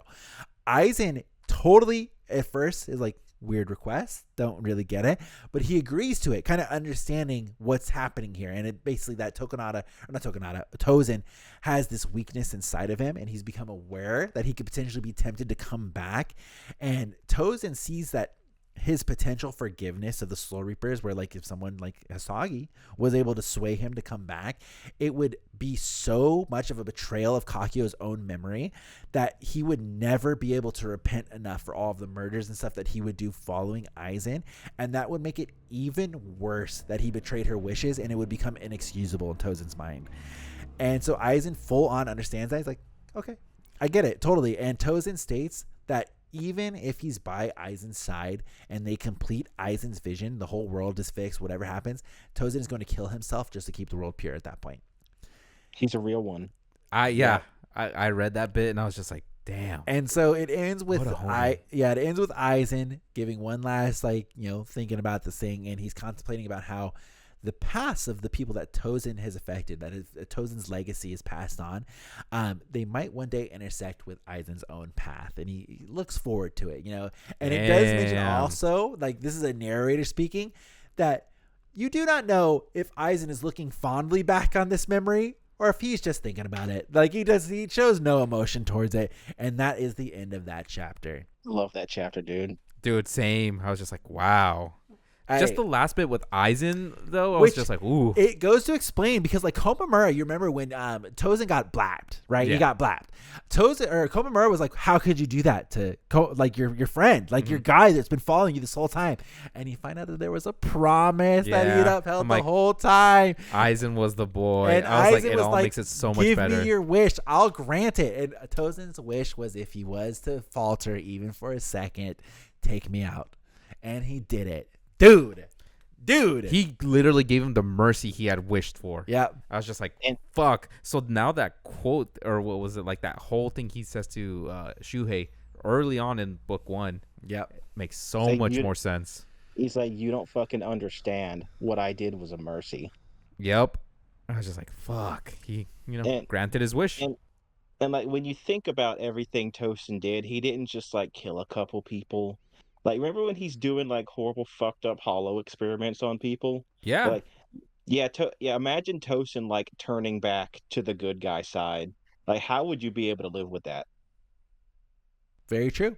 Very, very, very true. And that's something that Tozen thought about. He was like, if I go back, because he already had to make a tough decision of betraying Kakyo. Like, he knew when him and Aizen originally talked that Kakyo would not want him to follow down this path. Mm-hmm. She would want him to go live a life, like to go be happy, like let go, like go do your thing. But he could not do it. He could not do it. He wanted revenge. He wanted justice is what he wanted. That's Tozen's whole fucking thing. So he knew that following this path of justice to get what he thinks was deserved is stepping all over Kakyo's memory. And he knows that if he was to go backwards, if he was to all of a sudden become good one day and repent, he could never follow his own sense of justice. He could never do it. And he could not live with himself. Like think about going into like that final battle with him knowing even if we win, I'm just not gonna make it. I have to go. Yeah, true. There's not a lot of people. This phrase gets thrown around a whole lot, but Tosin really did stand on business. Yeah, he did. Yeah, I love that promise. Love. It's so good, and it makes me like it recontextualizes everything Tosin ever did, and you're like, huh? Yeah, it really does. Mm-hmm. It's also like, yeah, of course he would like be attracted to like hang out with Wonder Weiss because Wonder Weiss is like an innocent child too. Yeah, that makes sense. Where if only Tozen. Hey, well, it also mirrors Tozen loved Wonder Weiss. His disciple Hisagi ends up loving Hikone. That's true. Very similar childlike innocence that drew both of them together. It's so sad, but I love the idea that like Tosin really did make friends. He really did train Hisagi with care. He was friends with Komamura. So it wasn't some idle thing. It was him going, listen, those are people I actually care about. They could sway me back. Promise me you'll just evaporate me. Yeah, and I feel like it even Tozen talked about, I think it was in the last novel, where he's not mad at the people. Like, he's gone past the people. He's mad at the system as a whole. The system and the actions. Like, he's mad at how it was created. He's mad at the whole thing. Like, the whole apple is bad to him. Yeah. But that doesn't mean there's going to be some parts of the apple where it's like, I kind of like those parts. Like, those are good, But it's like the system as a whole is what he's rebelling against. But because of that, he still found people that he liked. He didn't hate Hisagi. He didn't hate Komamura. He hated the system. And was he wrong? The system was one where Aizen killed the entirety of Central 46 and was making all kinds of weird judgments to speed up Rukia's trial, and nobody questioned it because just listen to what the aristocrats say. Yeah. There was never once, I think, where Yamamoto was like, that's kind of sus. Yeah, there was no hearing. We're going to speed it up? Okay, sure. No due process. Byakuya didn't question it because he's like, you obey the law. Yeah, you're a noble. You got to do what you got to. Got to do what you got to do. Such a good conversation. I love it, dude. Yeah, so good. Anything else you guys want to touch on in the chapter before we move on? So first off, basically to sum up everything Mayuri said to Tokinada was your experiment was ass. I could do better. Yeah. I did like that part a lot. Mayuri also gives the ultimate fuck you to Tokinada in that he just kind of ignores him for most of that. Mm-hmm. And this is the last one of the entire series. Fuck that bitch Tokinada. He can't even die well. He has to scream and rant about how you didn't win. You didn't win. He's like, it's true. That is how he died. Yeah. He's like a kid. Spewing blood all over the place. He's losing at Monopoly and he's flipping the fucking board and running out screaming. No one won. No one won if the pieces are all gone. So I had Sam, you might not even remember this. It's been years, but I had like a debate with Vamp years ago about Tokinada's death, and you had to get out of that voice call because of spoilers. Okay. How do you guys feel about the way Tokinada died? Did you like it? Did you not like it?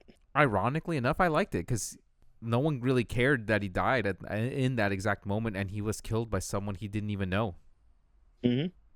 What about you, Sam? Yeah, Yeah, I think it was good. Like I said, I wish that the Tokinada whole thing as a whole would have been the grand finale. That was the only thing that I would change. Is I would rearrange the pieces and things like that.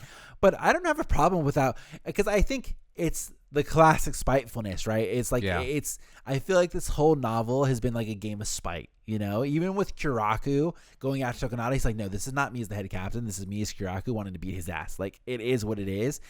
And even Mayuri, when he was talking to Tokinada, he tells him like, this might, you know what?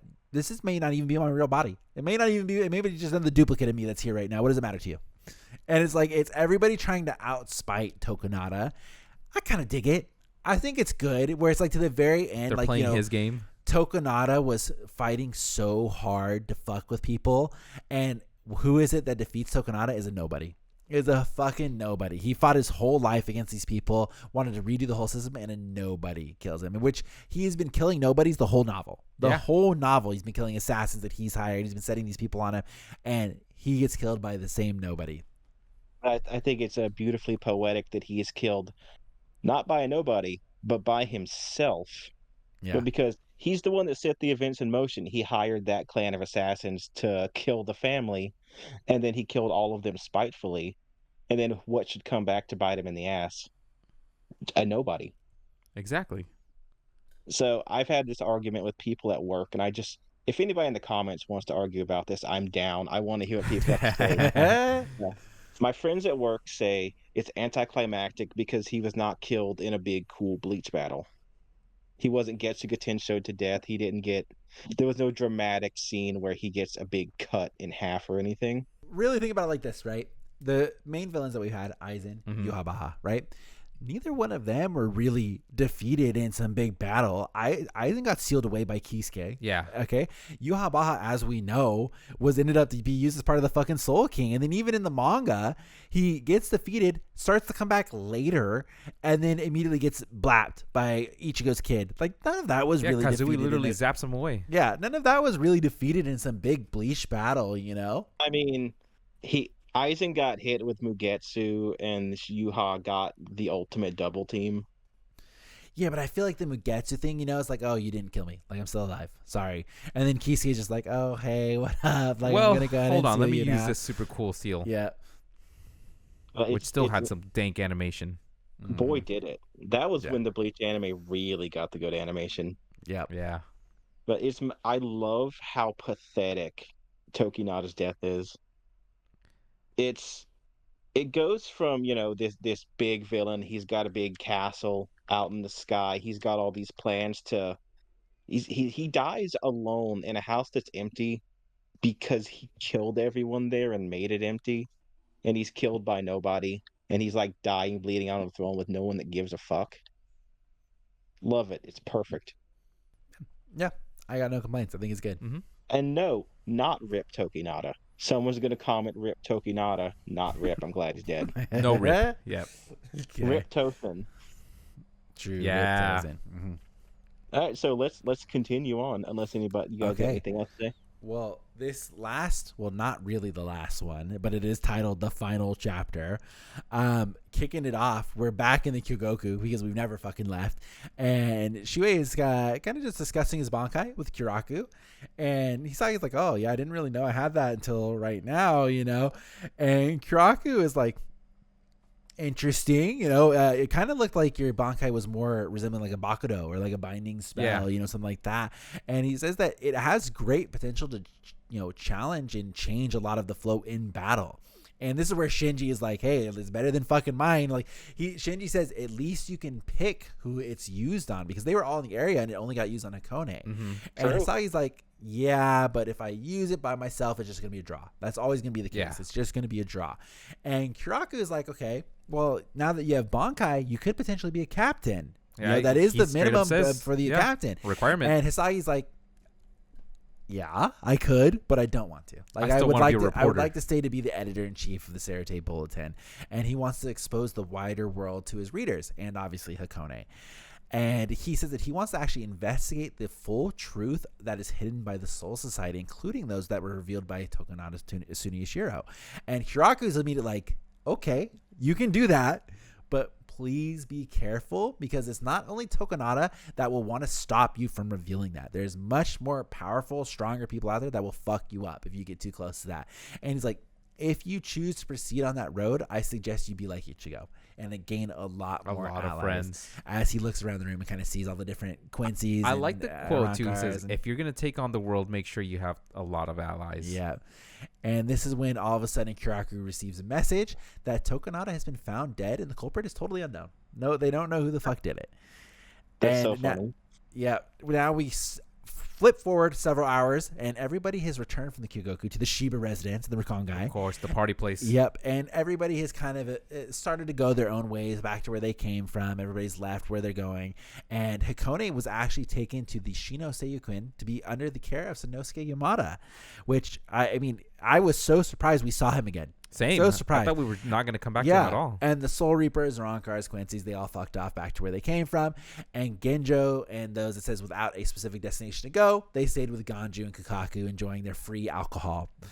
And Ganju begins to express, he's a little bit upset that he was not there to fight Tokinada. Yeah. He thought, because Tokinada was such a strong guy, they needed him. Like, why did they not invite Ganju to be part of it?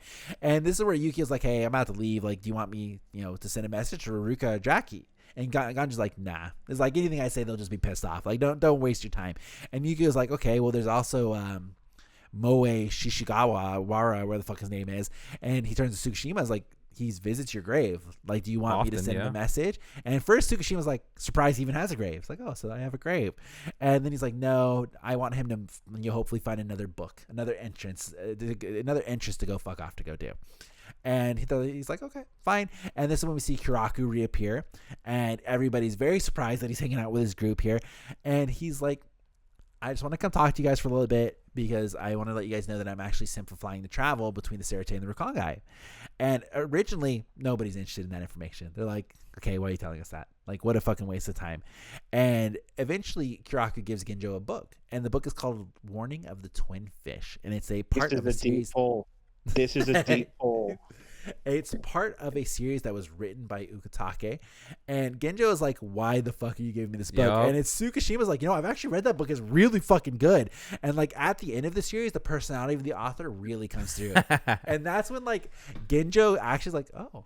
Like he starts to become interested that he can kind of learn some more about Ukitake. He's like, oh, okay, that could be kind of cool.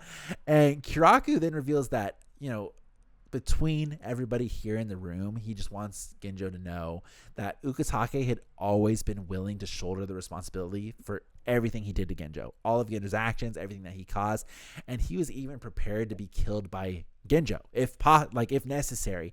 And so Kiraku's like, I just wanted you guys to know that. Thanks for indulging in my selfishness for a little bit.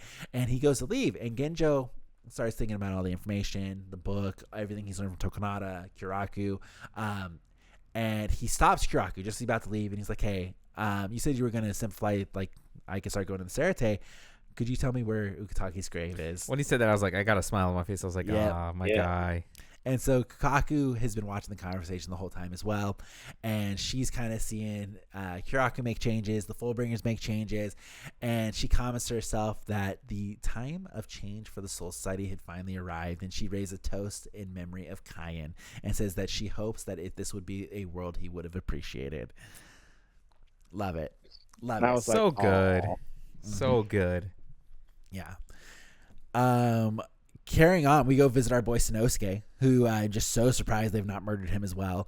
And he's just full on helping heal Hikone. Just totally saved Hikone's life is actually what they say. He's just full on saved him. And you notice that Hisagi is also severely wounded, and normally that is not his job to heal him, but he will make an exception this time. So what did he say? He's like, I'm an active break or something like that. Yeah. And so Sanosuke mentions that, Tokinada's body was already taken and retrieved by a group that arrived carrying the Gilded Seal Aristocrat Assembly. And Hisagi's like, okay, like, interesting. And fucking Sanosuke's like, well, don't worry. I'm pretty sure there's no, like, Tokinada's not coming back. Like, yeah, there's no ulterior motive. A zombie, they couldn't do it. He's like dead. Like, I took a look at his body, he's gone. And Hisagi is now concerned about Hikone's mental state when he hears about Tokinada's death, what that will mean for him. And Sanosuke is like, listen, Hikone has developed a new support system in, you guys and Aura.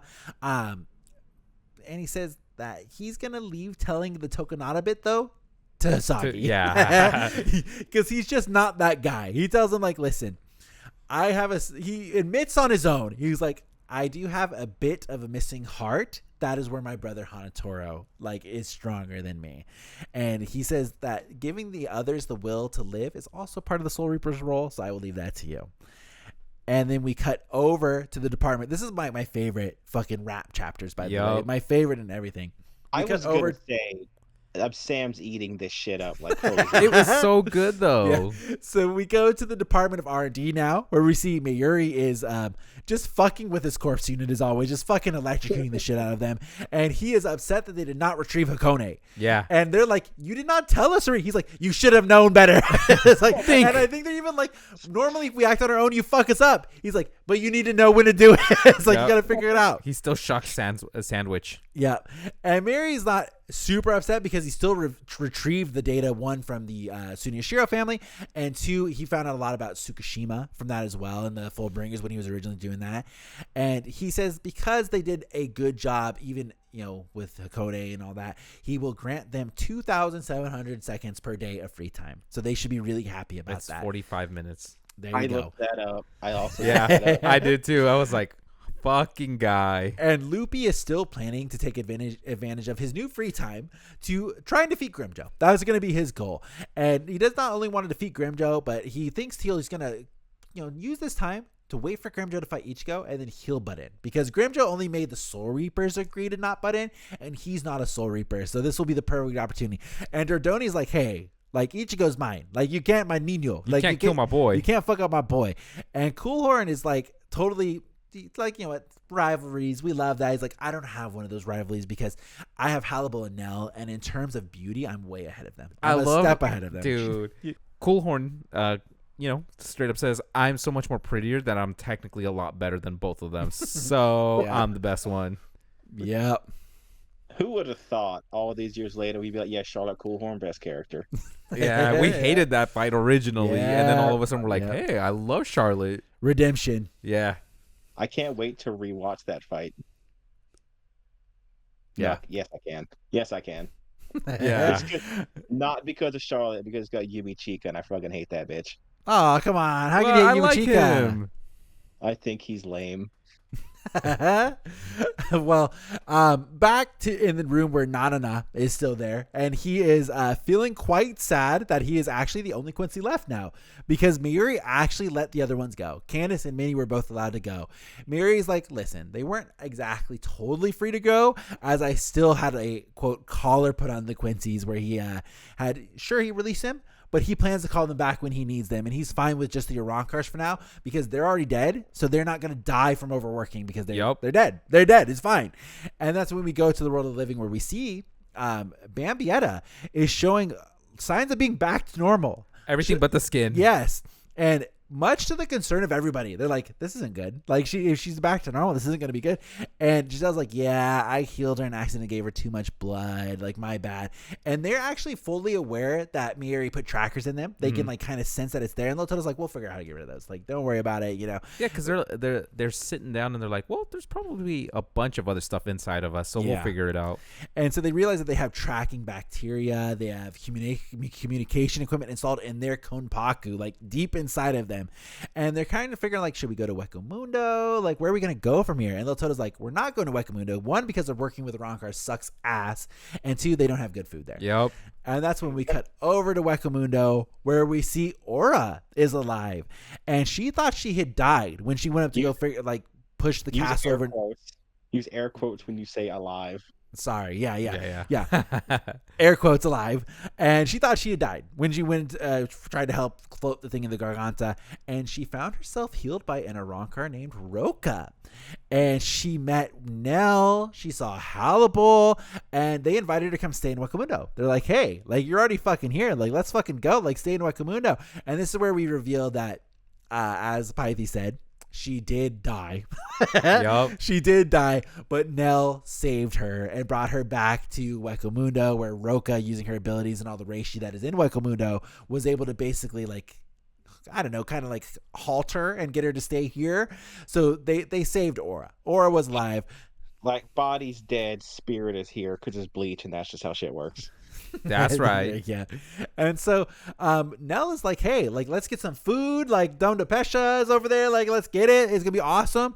And she's like, hey, what if you stayed here and, like, helped make meals? Like, you helped make food. Like, you're from the human world. Like, surely you would know how to make a lot of how to good teach food. you some stuff. Yeah. And Aura's, like, genuinely touched by this. Like, that is so nice. And, like, I've never had somebody want me to do that before. And she starts thinking that she is totally down to stay in Wakamundo. She wants to find herself a quiet place where she'd basically be off alone. in a corner. But she wants to learn to make meals so one day she can feed one meal to Hikone. Which is so sweet. Dude, that whole bit, though, is so wholesome. Even going back to the Quincy girls, they're just sitting in some country in a cafe dressed as normal girls except for Bambietta's decaying skin. Yeah. And everyone's like, yeah, we're just having a good time. Yeah, it's awesome. It's so cool. And It's then a back good time. It's a good time except for Bambi wants to blow up a country. Yeah. Wants to resort to terrorism and take over a country because she's the queen. Comes through and she's just like, nah, we're not doing that shit. I think they're concerned, like, man, should we be concerned that, like, Bambietta is like, and Giselle's like, no, if you just wait a second, she'll go back, and then she starts slowly deteriorating back to her dumb blood self. rushes down. Yeah. Another massive Bambi L. Dude, yeah. I'm sorry, Bambi Simps. Yeah. Which is me. Back to the Arankars, I really like all that interaction, especially when they're like, oh, Hallibal's actually, very kind to people who are, like, okay with children and stuff. And she's talking about how they're taking care of, like, all the little kid Arankars. Which is from SAFWI. Yeah. Yep, the Picaro. And okay, so I did some stupid shit when I was a kid, right? Like, we used to play with actual real swords because I had those. We threw lawn darts at each other. The Picaro are described as just shooting Ceros and Ballas at each other for fun. Yeah, they're just being little kids having a good time. It's also worth noted that they are all playing in the rubble of the castle. The that castle. came through the Garganta, and it's like it's now a play place for the Picaro. That's so funny. Yeah. I love that Nell even goes as far as to be like, oh my god, I want you to meet Ichigo. I want you to, like, cook for him and his friends. And they say that, like, the castle is like, it doesn't fit the decor of Wakamundo, but it will when the sand starts to once it gets dusty. Like, And then, of course, my boy's just brooding up top. Yeah, so we see Grimjo, and Grimjo is not part of this, and he's seeing everybody having a good time, and he's actually joined by Hallibal. Hallibal finishes eating, comes over, and is like, what's up, Grimjo? And Grimjo is upset that he was defeated by Tokinada, and not necessarily Hikone, but really Tokinada, and he wants to have a proper fight with Ichigo, and he's even thinking about wanting to settle the scores with Luffy. He wants to fight everybody still. He's classic Grimjo. Everybody versus him. And he finishes thinking this last little bit with the Arankars, hoping that Ichigo hadn't become weak due to the peace, and he wants to have a worthy challenge still with Ichigo. Grimjo has just become Vegeta. Yeah. Yep. Like also, post-Cell Saga, pre-Android Saga, where Vegeta's just, like, hanging out behind a tree because he can't be with everybody. yeah, that's Grimjo. He doesn't want to be alone, but he's there. He doesn't want to admit that he likes hanging out with other people, but he does. Yeah. Yep. How did Hallibal eat? I'm assuming she's back in her pre-resurrection form. I don't know. Listen, I think we go with the classic Pythes answer. You ready? Yeah. Don't think about it too hard. Yeah. No, she shoved it all into the gaps between her weird Arankar teeth. She was just socially eating. So she was sitting down, just having a good time. She was socially eating. She was doing like Alphonse does, where she picks up. Oh, hold on. Let me remove my Nah, she, like, pretends to take a bite and then throws it over her shoulder. There you go. What if she has to go into resurrection form just to eat? Okay, let's bring up some shit that's brought up in, like, a joke thing. Where did they get the water in Wakamundo? Yeah, I don't know. I mean, they did say they cooked up a little lizard person, and it was delicious. Yeah, they cooked up a lizard, and they were like, yeah, they have some local flora that's pretty good. And then, like, in one of the joke endings for Bleach, they were like, so where do you get the water for the tea, Aizen? Aizen's like, don't worry about it. Oh, God. Yeah, I don't know. It's a great question. Halle Bell, she's the water. She makes the tea. Oh, yeah. Yeah, there you go. there we go. All right, perfect. Works out. She's just Squirtle. Yeah. That's why she's there. That's why she's not there for eating. She's there to supply the water. Anybody true. wants to cook in the Wakamundo, they have to ask Hallibal for water. Oh, that's the best. You have to go up to her and be like, excuse me, miss, may I have some Well, water? maybe they have like a well that she fills up, and they could just come and get water from the well. Do you think it would still rain in Hueco Mundo? I don't think so. Yeah, I don't think so either. Okay, so once again, definitely not canon, but I actually read the shit in Bleach Brave Souls. There's one where Tosin's trying to figure out how to cook food, and it's just revealed, so there's just a catalog of food and sweets you can order from, and Gen goes to pick it up. Oh, nice. That's cool. And they were like, hey, how come no one told me about this? And then like a Halle Bell and her squad show up and go, yeah, we ordered these sweets like 6 weeks ago. Okay, all right, perfect. So we go back to the Soul Society now with Shinji and Momo. Of course. And Momo is kind of trying to says hey, what happened with all the Arankars and the like, "You Rukonga? gonna That's tell where I me?" last saw you, And Aranka's like, don't worry about it, please. Don't worry about it. It's so much better now. Don't even ask me any questions. And that's when no one else but Hiyori appears and is like, hey, Shinji. Is like, you told fucking Hisagi to tease me, you bitch. Is like, and she's like, how are you gonna take responsibility? He's like beating the shit out of him and Kicks fighting. him in the nuts. Yep. Kicks him right in the dick. Yeah, and even Kenpachi overhears this fight. He's like, man, they're fucking loud. Like that what are they doing? And this is when I think we get the part about Kenpachi saying he wants to find Hisagi. Mm-hmm. And he wants to test fighting Hisagi's Bankai. He just goes, go Bankai. Yeah. But then he's informed by Yumachika and Nikaku that, actually Hisagi left to go to the real world to finish his interview with Urahara. And that's when, of course, we go to the Urahara shop. And Hisagi just finished up wrapping up his interview with Urahara. And he says that due to the classified nature of the recent events, Hisagi has decided to move forward with instead a special project about the Urahara shop. And he's basically saying, can't really talk about the Sunishiro stuff right now. So let's do a feature on the Urahara shop. And he goes to leave, and Urahara and Yoruichi begin to discuss Hisagi's role in the truths that were told by Tokinada. And especially that he knows some of the truths about Urahara and what his perks were with creating what he did. And Urahara is like, okay, listen, between you and I, the Hogyoku did not create for altruistic reasons. Tokinada was way off. Hisagi doesn't know what he's talking about because Hisagi, I think, calls Urahara a hero. He's like, hey, he does. I'm going to leave. I just wanted to say before I head out, all things that I've known, all things that I consider, you're a hero. And that's when Urahara's like, listen, I didn't create it for altruistic reasons. I literally just wanted to create something new. The goal for the purpose of what that item did or what it was for, that was secondary. I just want to make something new, similar to Mayuri and his drive for when he does research. And This he is says, the ultimate goal of scientists. He just wanted to see if he could do it. Yeah, exactly. And he's like, it's not for someone like myself or you to be the judge on what that creation, if it's right or wrong. And that's why I want to leave someone like Hisagi, where he's just a soul reaper. He is a soul reaper. That is what he is. And he needs an impartial individual like Hisagi or Ichigo or Rukia, and that person, that would be okay for him to figure out if Urahara is in the right or wrong. And then Yoruichi's like, what the fuck? Why not me? Why can't I do it? Why can't I be And the Urahara's decider? like, oh, please, you'd always be on my side no matter what. And, it's they go back and forth. And Yoruichi's like, yeah, I'd beat your ass if you ever did anything wrong. He's like, yeah, thank you. And then they get ready to close up the Urahara shop because they're going to go figure out where the fuck Ichigo is and what he's been up to this whole time. I love maybe because this was part of the plan, it could be pretty nasty. Yeah. And then he's like, I always kind of wanted to open up a temporary shop in Western Japan anyways. And so they go pack up to go head over to see Ichigo. And that's the end of the final chapter. I love that they all have floaties and stuff on too. Yeah, they're they're gonna let's go go. Yeah, they're gonna have a They're vacation. going to the beach because that's where Ichigo was. He was at the beach. That episode's canon. Oh. Yeah. The beach episode is That's now the beach canon. episode. So I talked a lot about haters this episode. We know how much Hiyori hates Soul Reapers and anything to do with them.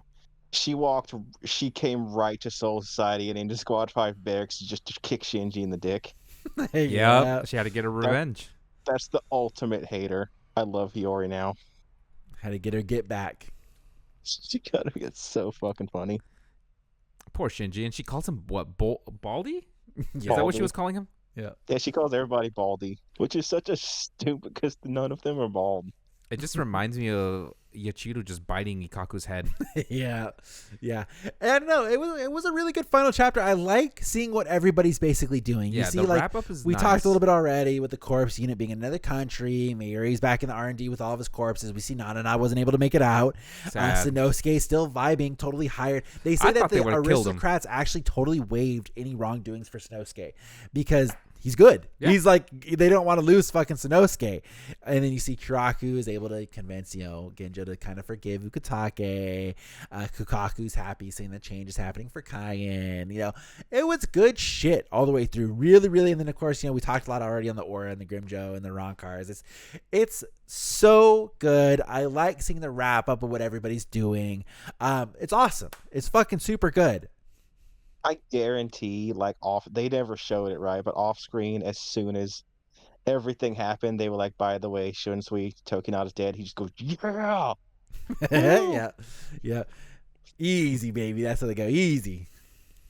Such Easy, a good easy. end to it all. And then do we want to talk about the little author stuff? Oh, well, there's a bonus chapter. Do you want me to read the bonus chapter real quick? Oh yeah. The bonus chapter is just intersects with the final chapter of Bleach. Okay. Oh yeah. Let's do it. I'll go over the bonus chapters really quick, real short. The bonus chapter picks up a decade after the events of the Kyogoku, and the Soul Society is at peace, total peace. And Rukia Kichiki is being installed as the new captain of the 13th Company. So Hitsugaya, Rangiku, Lieutenant Iba, they are Kensei, Hisagi. They're all on the way to this ceremony, and it's actually, they talk about Lieutenant Iba has been doing training daily to become captain as well. And Hitsugaya's like, damn, hey, really good job. I wish somebody else here would take up that as well, like making fun of Rangiku. And they begin to point their targets at Hisagi, because they say that word has gotten around of Hisagi's Bankai, but nobody has seen it and nobody will talk about it because it's top secret. No one is allowed to say anything about it. So everybody teases the fuck out of him. Like, where's your Bankai, Hisagi? Ain't no one seen it. Show it to me then. Does it even exist? Yeah. And it's like, well, I just haven't had the opportunity to do it, And they're like, It's like, that's what I would fucking say if I didn't have a fucking Bankai. And they are making fun of him, but it's very heavy-handed, where they say, like, listen, they're making fun of him, but they're able to make fun of him because they are living in such a peaceful time. So everybody's relatively happy. And we cut back 1 year prior to this, where Hisagi has gone to visit. Let me interject. That shit is literally straight from the final chapter. Oh, okay, cool. Because I guess they had to figure it out. Because in the chapter, even Kensei's like, "What? You have a Bankai? I haven't seen your Bankai." And Shuhei goes, "Captain, you've seen it." He goes, yeah, I guess I just forgot. So in the book, they were like, "Oh yeah, Kensei's just throwing him under the bus for fun." That's cool. Then we go 1 year prior, and Hisagi is visiting Hikone, who is decided to take up residence in the Rakangai, where it was taken residence in the part of the Rakangai that Meguri had to completely eradicate everybody that was inside of it to balance out the world because of the fucking Yuha Baha squad. That's fucking crazy. And they have just totally never said anything about it, but everybody that lives in the Rakangai is so scared to go in that place because everybody vanished. They're like, oh, it's perfect for Hikone. Like, nobody's going to fucking go in there. Nobody's going to say anything. And we see Hikone has lost actually quite a bit of their power because Ikamika Domwe sucks so much out of it, and they've turned over their Zanpakuto back to Squad 0. But Hikone is determined to become stronger, and he says that his goal is he wants to become stronger and eventually find Aura. And Hisagi's like, you know what? I support that. Like, totally support that. That's a good thing. And let me help you. Like, I promise to help you. I'll help you get stronger. It's like, we'll do the whole thing. And it says that even though Hikone lost a lot of his strength, he is still much stronger than the average Soul Reaper. Much, much stronger. And we go back to the present with Hisagi, and he's still just talking about how he's committed in his role as the editor-in-chief of the Serite Bulletin, and he wants to find a path of least bloodshed. And he's also been discreetly continuing to gather information about the Tsunyoshiro family's past misdeeds.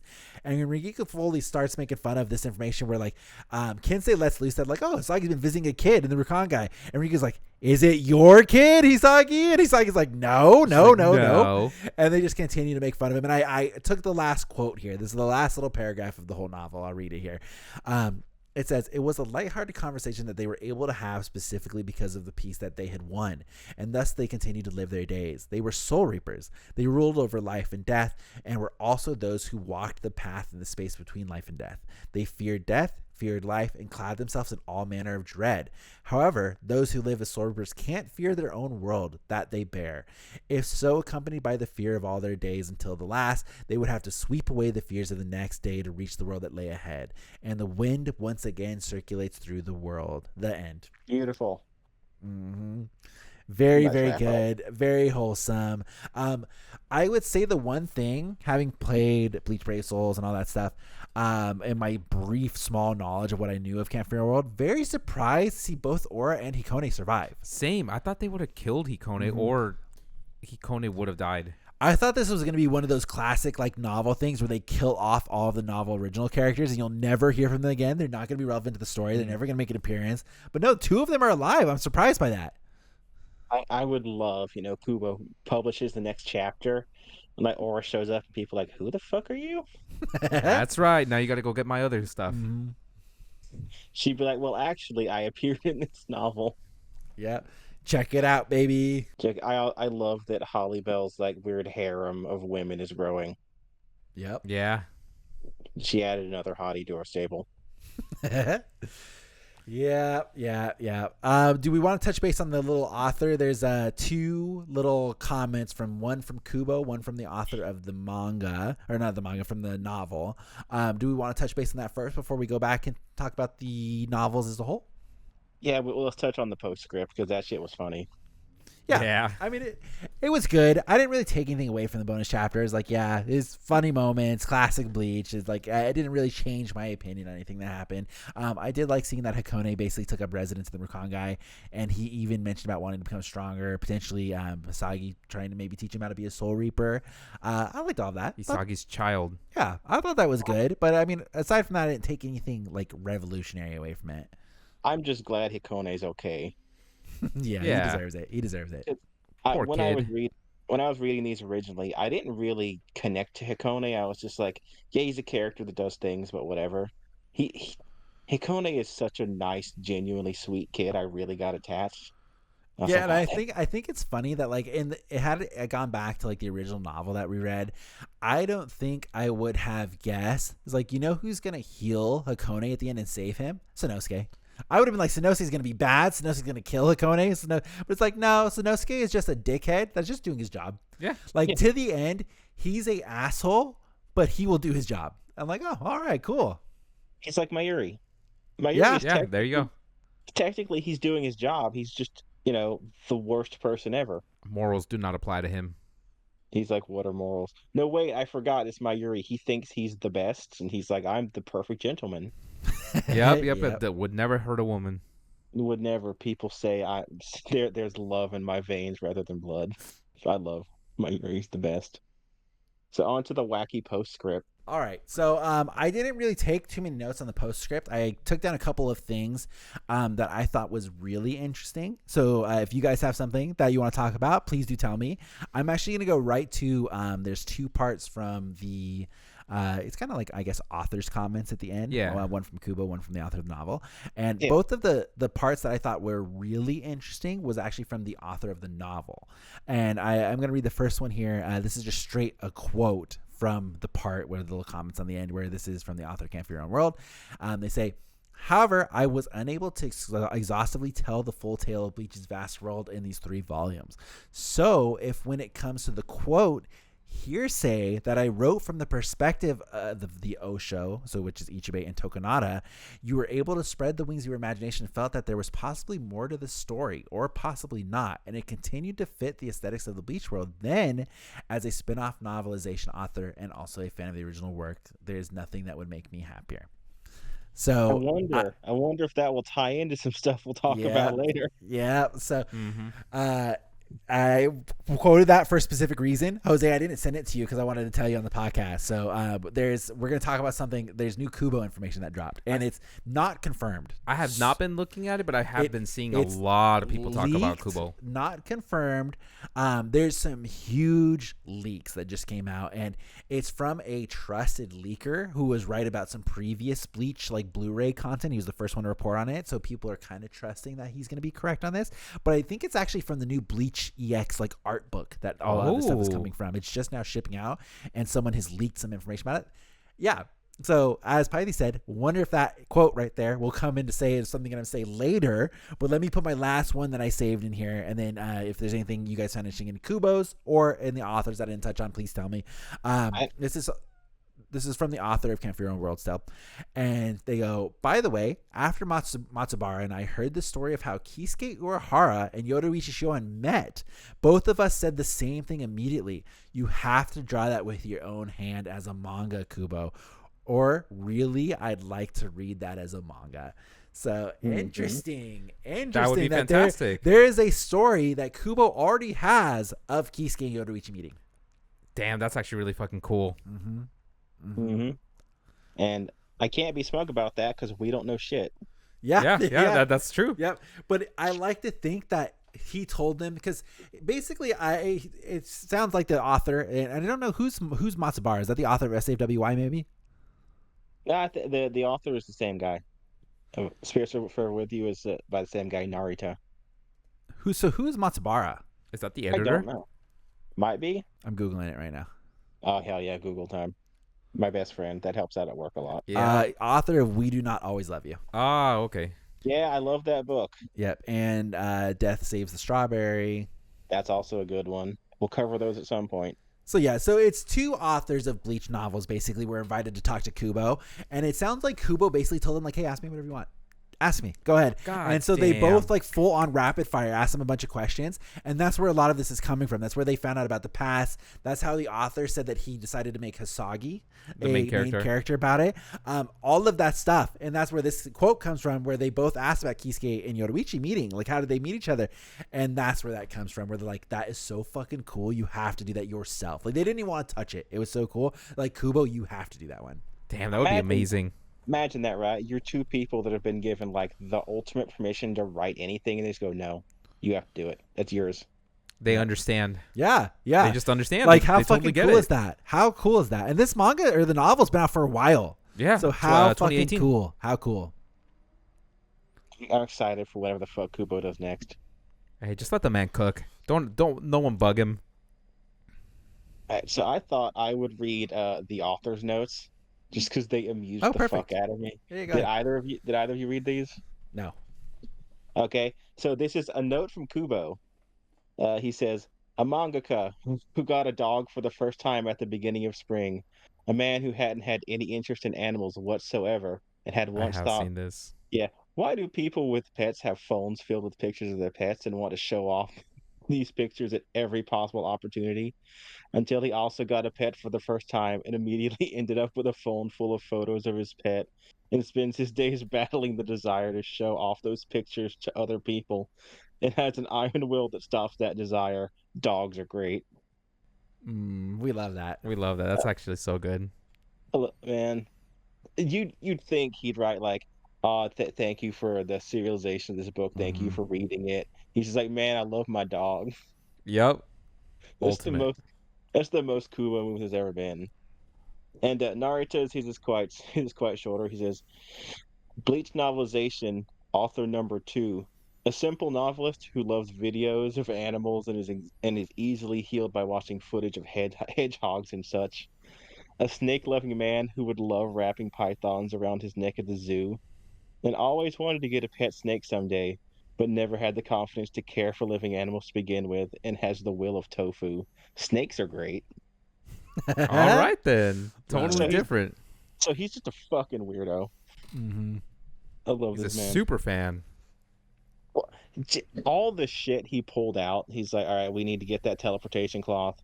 We need to get these weird rods. We're gonna. Oh yeah. So when I said that's a reach, they would talk about Ukitake's novels. Mhm. Yeah. They talked about that in one of the color books where they're like, here's what all the captains put in the Seirete bulletin. Ukitake writes he writes an adventure story. Wow, that's cool. And they bring it up, and I was like, "Dad, what the fuck? He remembered that?" Super fan. All right, now shall we get to the good shit? I can't wait. Okay. All right. So we're going to hop over. Now, I had mentioned about there were some leaks that came out, and these are all from the new art book called Bleach EX. And this comes from a Japanese fan. His Twitter handle is Bleach_KRKRT. RK on Twitter, and he is supposedly a trusted source. He was the first source for some information that was revealed in the Blu-ray special editions as well, which was correct when he revealed them before. And this is all stuff revealing to like Soul King creation and Quincy's and stuff like that, like crazy shit. So to start off, we're going to talk about the Irazu Sando, which is from the Bleach Dodge Blower anime that we've been watching. This is the scenes with Ichigo walking through the path and taking in all the colors and all that stuff. And it says that the Irazu Sando is a test to determine whether someone is worthy of becoming the Soul King, where the person being tested holds a wooden sword that gradually increases in weight. There are additional rules such as don't stray off the cobblestone path, don't lift your heels off the ground. The end of the path leads directly into Senjumaru's palace. So interesting, really interesting. Kind of a bit more backstory as to what the rules were and how it worked as a test, which we saw Ichigo directly doing in the anime. Yeah. Now, this is the part that directly correlates to the quote I gave when I picked at the end about the Soul King's creation of the 3 realms. And it says the 3 whirlpools were being generated by the arrows, and when the man stabbed his sword down in the center, the arrows flickered/glimmered and severed his limbs. The liquid that the sword was stabbed into was then solidified and became the crystal that the Soul King is sealed in. Presumably, the 3 whirlpools either represent or are the ordinate point of the 3 realms. And it says, important to note that this story of creation, of how the 3 worlds were created, is much different than that has been stated by Ichibe and Kampfire World novels. And as we just learned, they talked about before in the Kampfire World novels that the Senior Shiro family basically fucked him over and trapped him in the crystal. In the anime version, it says that Ichibe is shown retrieving the Ryo's corpse with a very menacing glare following his dismemberment. And it says, evidently, Ichibe's words should be met with extreme distrust, which is why I quoted that part there about even the, quote, hearsay that was given to him from Ichibe and Tokinada should be taken with, just a little bit there. So, obviously doesn't spread much light into what's happening, but I think that shows to me that Kubo's got plans for the Soul King that he's working on. And I think a big part of it is further to playing that character of Ichibe. He's not exactly a good guy. Who knows? Who knows? Maybe Ichibe is going to be a big bad at the Hellverse. Who knows? Oh, I think sick. Like Sam, you and I were talking on Instagram, and I think we both just came to the conclusion it's super in character for Ichibe to fucking lie. Yep. Yeah, he's been doing it this whole time. Yep. Yeah. Like, and I feel like they could make a game where he just almost, I hate to refer to the Joker again, but like the Joker in the movies, right? He each time has a different story for how he got his scars each time. And it's like Ichibe with how was the Soul King formed? Let me tell you. I got another new one for you. He just likes creating stories. And like it seems so out of the blue. Like we're gathering up all the people for story time. Let's tell you a story that definitely isn't a lie. Like, I'm super down for the version that we get in Can't Figure Your Own World being the one people know, and then Ichibe's got the real story. Fucking Ichibe, he's such an interesting character. All right, a couple other things that were talked about is the Bambis, and it says that the new abilities Giselle gained after enhancing her full standing with the Sklav Rai, which we saw in the anime, Dancing Dead Boys Club and Munchy Munchy Babies. Mm-hmm. They actually have the ability to zombify an enemy just by biting them without requiring any blood from Giselle. And that Bambi at his full standing is normally called Zophiel, which is translated to flame/blaze of God. And after being, I just fucking hella zoomed in here. After being zombified by Giselle, its name changed to Zombiel, and there was a slight change in its appearance, as was pointed out in this post, but in terms of ability, they have the same thing. Also, they talk about Senjumaru Zanpakuto, and says that her needle is her Shikai, and it's called Shigarami. Its ability is to generate an unlimited/infinite number of reishi threads, which she can manipulate. Meanwhile, the ability of her Bankai, which I'm not going to say that fucking name again, is generate an infinite amount of Tanmono, which she can manipulate in various ways, such as weaving and cutting. Additionally, Senjumaru can teleport between any Tanmono with the same color. The poster thinks that so this is the Twitter user, thinks that the wording suggests that her Bankai has even more abilities than the one that was used to defeat the Shitsuffle. So potentially more abilities of the Bankai than was represented in the anime. Damn, that's actually really crazy. Mm-hmm. Yeah. Oh man, episode 1 of Core 3 is gonna pop off so hard. It's gonna be so crazy. And then we finish with a whole fuck ton of shit about Aizen and Yuha Baha's conversation in the Mukin, which this you was know cool. is going to be fucking juicy, baby. So the user says that Aizen is nigh immortal due to being fused with Hogyoku, and Yuha Baha was not capable of killing him. He could have sealed him, however, there was no point because being sealed by Yuha Baha is the same as being sealed in the Mukin, and are essentially the same. So therefore, Yuha Baha's only option was to try to recruit him. However, if Aizen would have agreed to join Yuha Baha only to betray him later, it would have greatly reduced the Wandering Ranks' military strength. So Yuha Baha judged that it was essential to pacify Aizen and win him over as an ally. Yuha Baha did not expect that Aizen would ally with the Shinigami, so leaving without doing anything was a miscalculation on his part. Additionally, Aizen is fused with the Zanpakuto, so he's now able to utilize his abilities without the physical sword. However, its effects is weakened when he does this. Presumably Kyoku Sugetsu is at full effectiveness when Aizen remanifests his sword. And it says Aizen filled up the Mukin with his Reiatsu and was therefore able to use Kyoku Sugetsu to very slightly shift Yuha's perception of time and of the time interval, forcing Yuha to retreat before he could capture Ichigo. And he carries on saying that in the SFWY novels, it was stated by Yoruichi that the Mukin contains countless seals that weaken the Zanpakuto of its prisoners in order to prevent them from being able to attack people outside. Aizen most likely had to fill up the Mukin with his Reiatsu because he needed to overpower these seals before he could affect Yuha Baha with Kyoku Sugetsu. Damn. Mm-hmm. And it carries on that says that even Yuha Baha's sealing abilities were briefly described in Camp Fear and World when it was said that Grimmy was sealed in a cage with a powerful barrier that only Yuha Baha can make. And it says, based on the information above, the seal Grimmy was trapped in was like comparable to something of the Mukin, its dampening powers, which explains why Grimmy wasn't able to escape. And it says also consistent with SafeWY stating that escaping from Mukin is more difficult than escaping from hell. Okay. Mm-hmm. Okay. Crazy.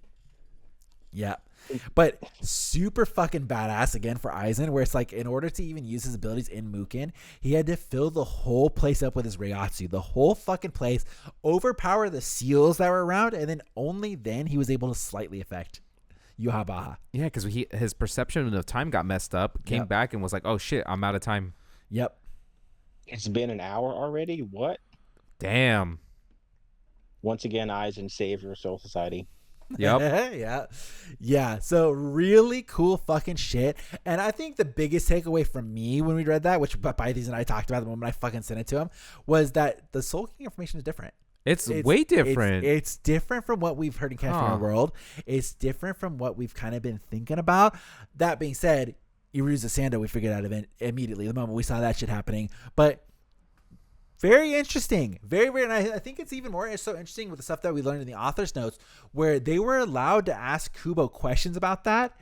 And I don't know if that means maybe Kubo didn't tell them exactly what it was, or maybe nudge them onto the right path. It was like, hey, now you decide. But interesting. I'd love to imagine that Kubo said, so here's what happened. No one knows this but Ichibei, and he won't tell the truth. Okay. Or Kubo is Ichibei. That's fair. And he goes around, and every person who asks about the Soul King or how it's the world a different was created, story. he tells them a different story. All right, Sam. Weebs Guild gets big. We invite Kubo onto the podcast. Yeah. Mm-hmm. Or have different interviews, me, you, and Pythes, each different ones, and we ask him the same question. Well, so about the Soul King, he's like, well, let me tell you this story. I tell you straight up, I'm not wasting my question on the Soul King. From what I've heard, I'm going straight to the Yoruichi and Kisuke story. So I don't give two shits about the Soul King. You can waste your breath on that shit. That's not going to be relevant ever. I'll hear right about Yoruichi and Kisuke, please. Okay, so Sam, that's your question. It's a weird love story. Yeah. Jose, what would your question be? You get to ask Kubo one thing. Damn, dude, I don't even know what I would ask him, to be completely honest. I'm like, I don't know. Okay, I'll let you cook. I'd be like, so Kubo, which girl do you like the most out of your characters? And he'd be like, Rukia. Like, okay, fair. No, he straight up has said multiple times, I like the well and voluptuous ones. I walk up to Kubo. I'd start tucking myself into bed. It's like, okay, Kubo, now tell me the whole story of the Hellverse, please. And I'll just lay there. Well, let me tell you, Sam. I got some lore about Kubo and the big titty women. Yeah. Okay, so apparently in the beginning, Kubo's ideal woman was someone slender, and kind of small like Rukia. Mhm. And then he's like, I need to draw women with different body types because having just the same person is fucking boring. And apparently he started doing research with big booby magazines, and he's like, oh no, wait, I'm kind of into it. Dude, Kubo is an interesting dude. He's into all aspects of women. Just out of how he draws each one of the women in Bleach, I'm like, he takes some time. He takes his time learning. He takes time and he's like, okay, this one, she's got like weird bones covering her nipples and got a weird mask. This one's a baby, and then she's not a baby, and then she's a baby again. Somehow her clothes just splits down the middle. So yeah, don't think about it too hard, Jose. Yeah. Thank you. I think that's so funny because like we all know Kubo as he's the big titty man. And he's there like Rukia, really? That was his OG waifu, but I guess that makes sense. Yep. Like the only big titty woman in OG Bleach is like Orihime, and they weren't massive. They were just like kind of big, and then they just get bigger and bigger. Yeah, bigger. They fucking get huge, dude. I mean, Rangikus are watermelons. Yeah, like even I think about like when Yoruichi first shows up, they're standard, they're normal, but they're not massive. They get bigger later. It's the time skip, you know. There was no time skip. I know.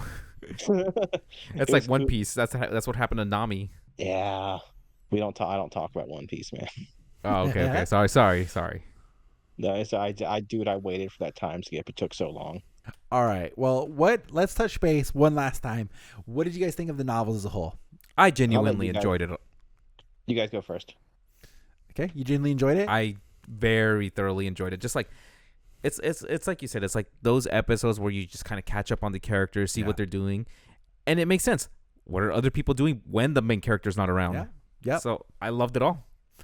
I want to stand by this point. I've made this point in the second novel, and Pythes is like, just wait till you get to the novel. Just wait till you get to the novel.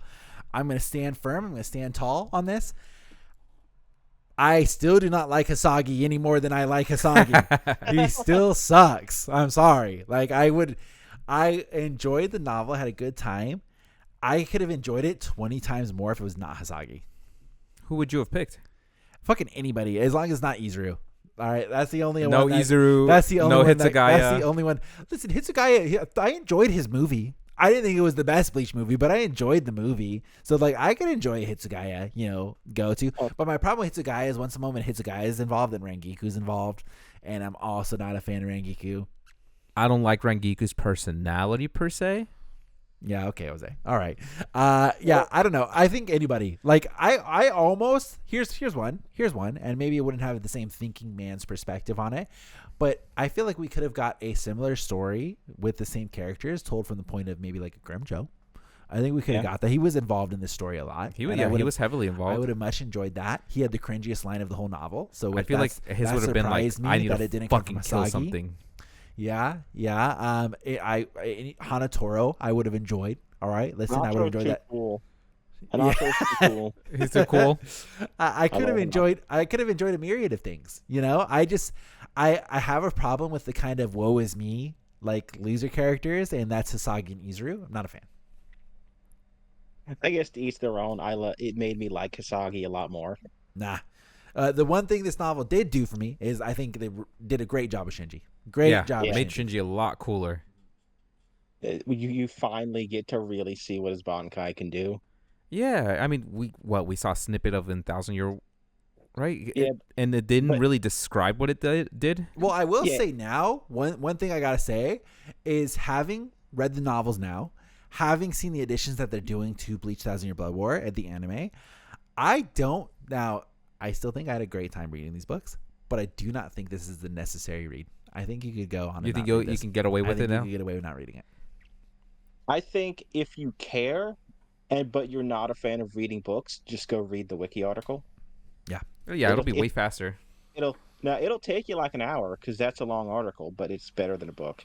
I'm a book reader, so I loved all of this. Just put in a ChatGPT, summarize all 3 novels, and call it a day. Yeah.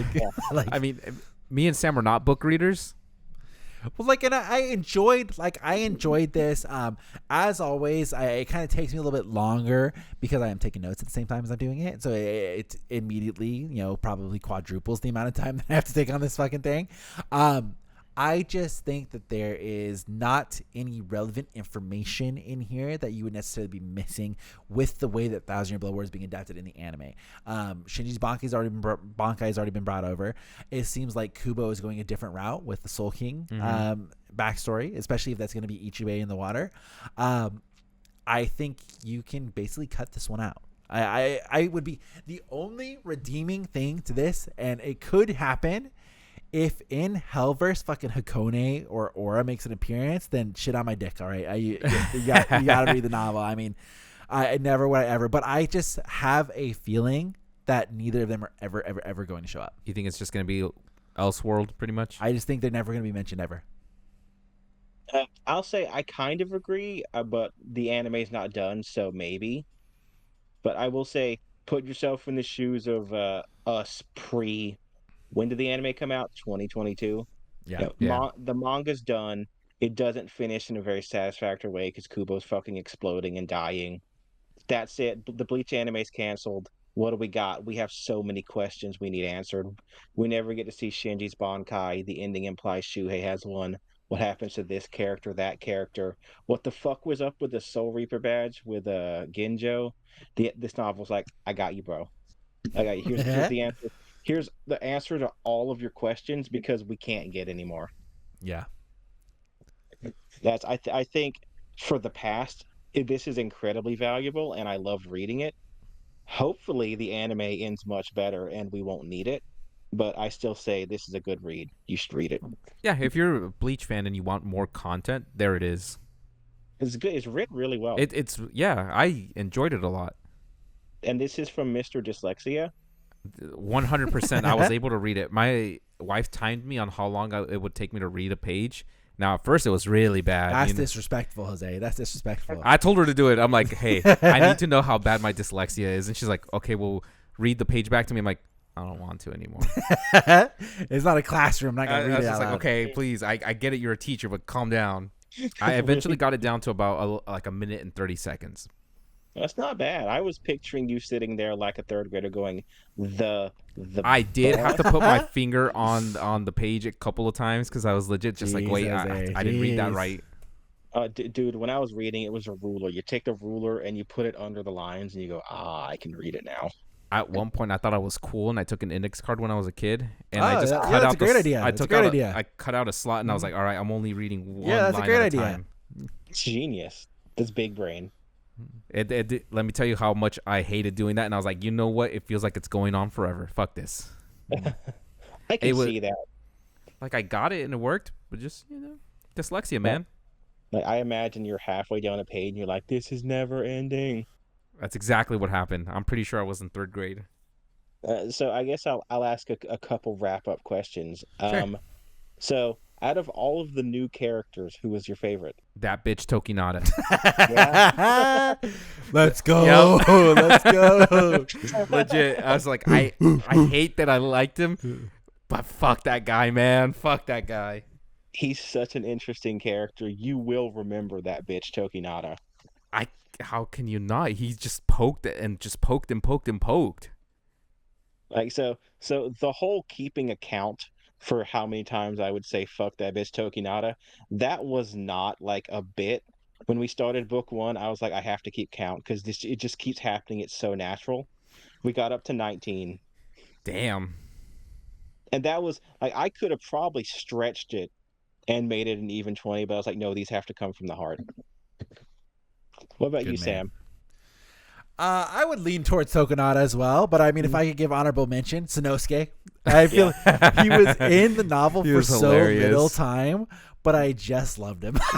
You like a snarky attitude. He was just like so blatantly an asshole, where he was just like, didn't hide it. He didn't play no games, didn't hide it at all. He's like, yeah, I did that, so what? And he knew. What are you gonna do about it? He's so like good of a healer. He's backed by all the aristocratic families who don't want to die. He knows he's invincible. What's he gonna do? Fucking love it. And even at the end, heals Hikone. I'm like, what the fuck? He mentions that my hobby is keeping people alive longer than they want, because fuck them. Yep. And like, this is Hanatero's brother. You know how good of a dude Hanatero is. Yeah, love it. Love Sanosuke. I also love the little bit where he's like, Hey, Hinata, maybe you might want to like leave for a couple days. I'm just saying. Yeah. Yeah, giving you school shooter vibes, man. Like he was looking out for his brother in the most roundabout fuck you kind of way ever. And is there any character you feel got really improved by this book? I mean, the obvious one I already said, Shinji, yeah. Shinji. Well, Shit. though I feel like maybe that wouldn't be a correct answer because Shinji was very well liked already.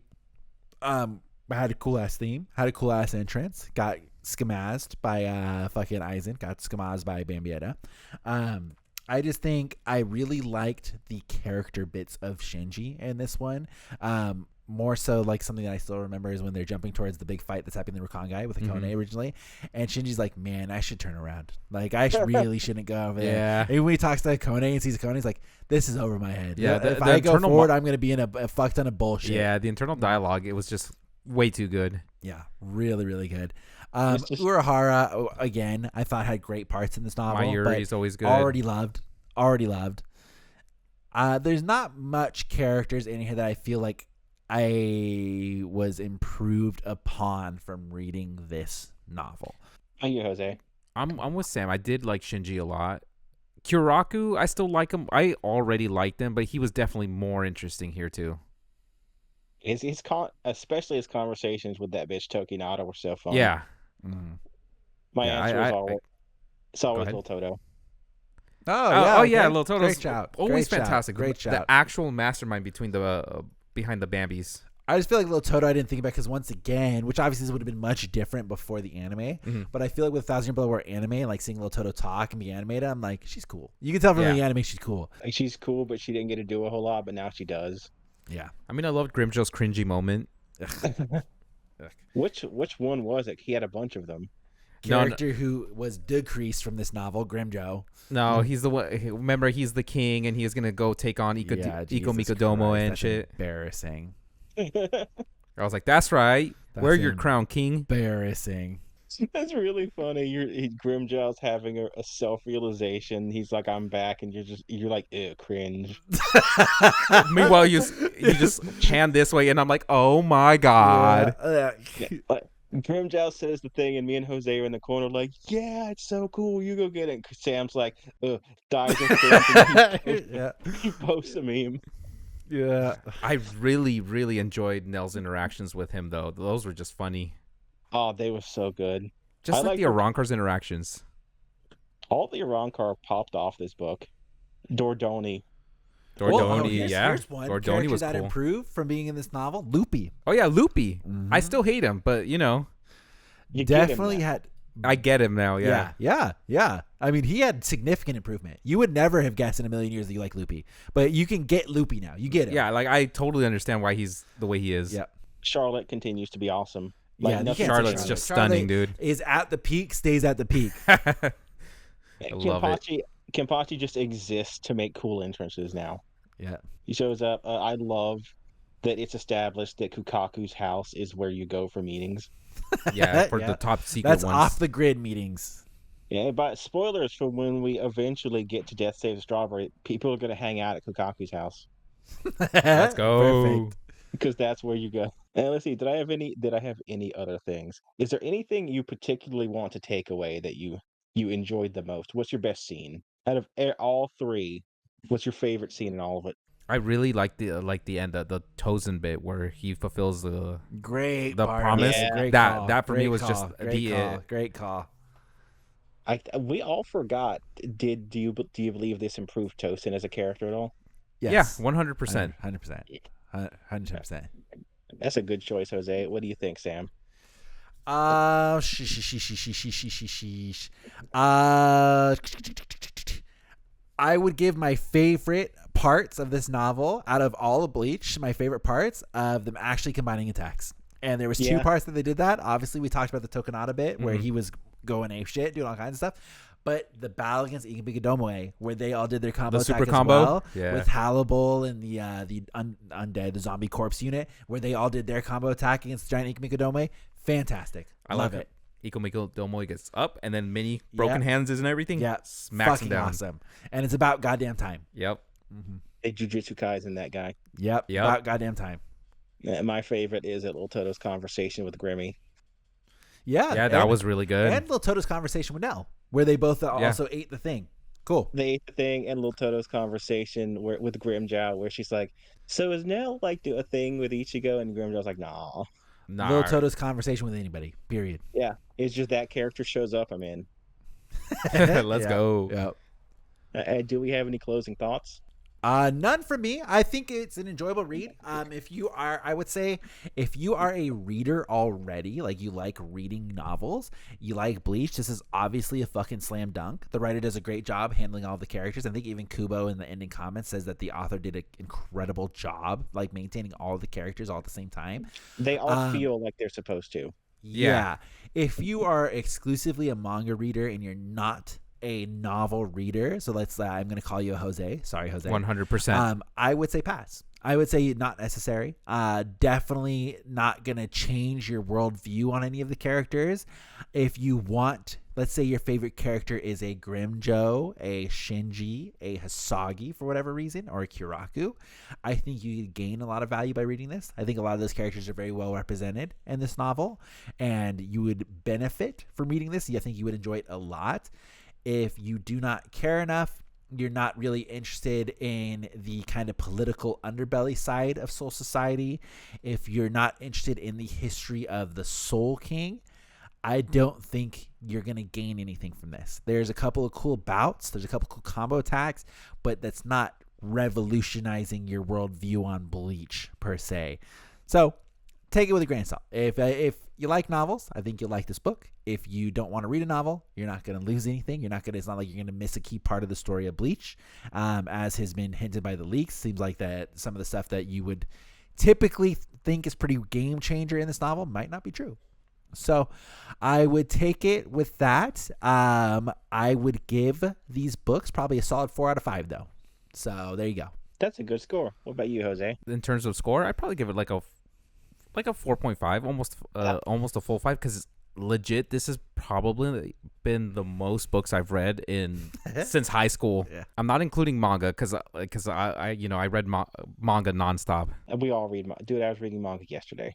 But I mean, Jose, closing thoughts. You got what you want to take away from this? Very similar to Sam's, actually, because Thousand Year Blood War is changing a lot of it, especially like he said, a lot of it might not be super relevant anymore and it might be changed. But if you genuinely like Bleach and you want more content and stuff that you can actually physically hold and read, definitely give it a try. I mean, I wasn't going to read it until we legit gave it a try. I would say what they said, but if you want a taste, read the first book because it's pretty short. And if you liked it, continue. And if you didn't, just fuck off and read the article. Just read the wiki article. That's fair. Yeah. Because first book, easy read. I think we all nailed that one easy. And then we were struggling through the last two. Well, the second one scared me when I saw how thick it was. I told you both. I was like, it's like twice the length. Sam said we could do that in one video. I have big ambitions, Pythes. Uh-huh. Big ambitions. Any closing thoughts from you, Pythes? These books are good if you're a fan of the lore like I am. If you're scouring Bleach wiki articles, finding obscure shit, give these a read. If not, you might like them. Try the first book. I still think these are fantastic. I also give them a 4 out of 5. I don't give anything 5 out of 5 because I don't believe anything is perfect. But there you go, just like Mayuri. Yeah, I agree with Mayuri completely on that. But since there's nothing perfect, I say get as close as you can. And for me, a lore fan, a book fan, a guy that loves history and mythology, this book was fantastic. All of these were great. I've read them a couple times. I guess this is read through 3, and I'll probably do it again in a couple years. Oh, okay. There you go. Well, thank you guys if you've been hanging on. I mean, what are we at? I'm trying to see my eyes here. We're almost I think we just hit 2 hours and 40 minutes. I'll probably be a little bit shorter once I cut down all the gaps. Yeah. But it's about 3 hours. Almost 3 hours of the podcast here. If you guys have made it to the end, thank you guys so much. yeah, I don't know what else to say aside from that. I think we've covered all of our bases here. If you've read the novel, of course, let us know what you thought in the comments down below. If you're just going to listen to our audiobook podcast now, please let us know how you enjoyed that as well. And a quick reminder, there might be a brief gap in Bleach Boys because I'm going to be in Japan. I leave February 1st, and I will not be back for a couple of weeks. So I will be gone and out of the country, enjoying my time out there, unless Jose and Pythes want to get together at some point and figure that out. But I will be gone. So I will see you guys in the middle of February again is when we will be back. Doing what on Bleach, I don't know. So we'll figure that out. We'll figure it out. Yeah. Well, guys, as always, please leave a like, subscribe, let your friends know about the podcast. We're hopefully going to get some news about Bleach Can't Fear Your Own World, or not Can't Fear Your Own World, Thousand Blood War Core 3 sometime soon. They've started doing the voice acting for it, which is a good sign. Hopefully that makes that line up with July. And we will see you guys sometime in February for another episode. You guys have a good one. Bye, everybody.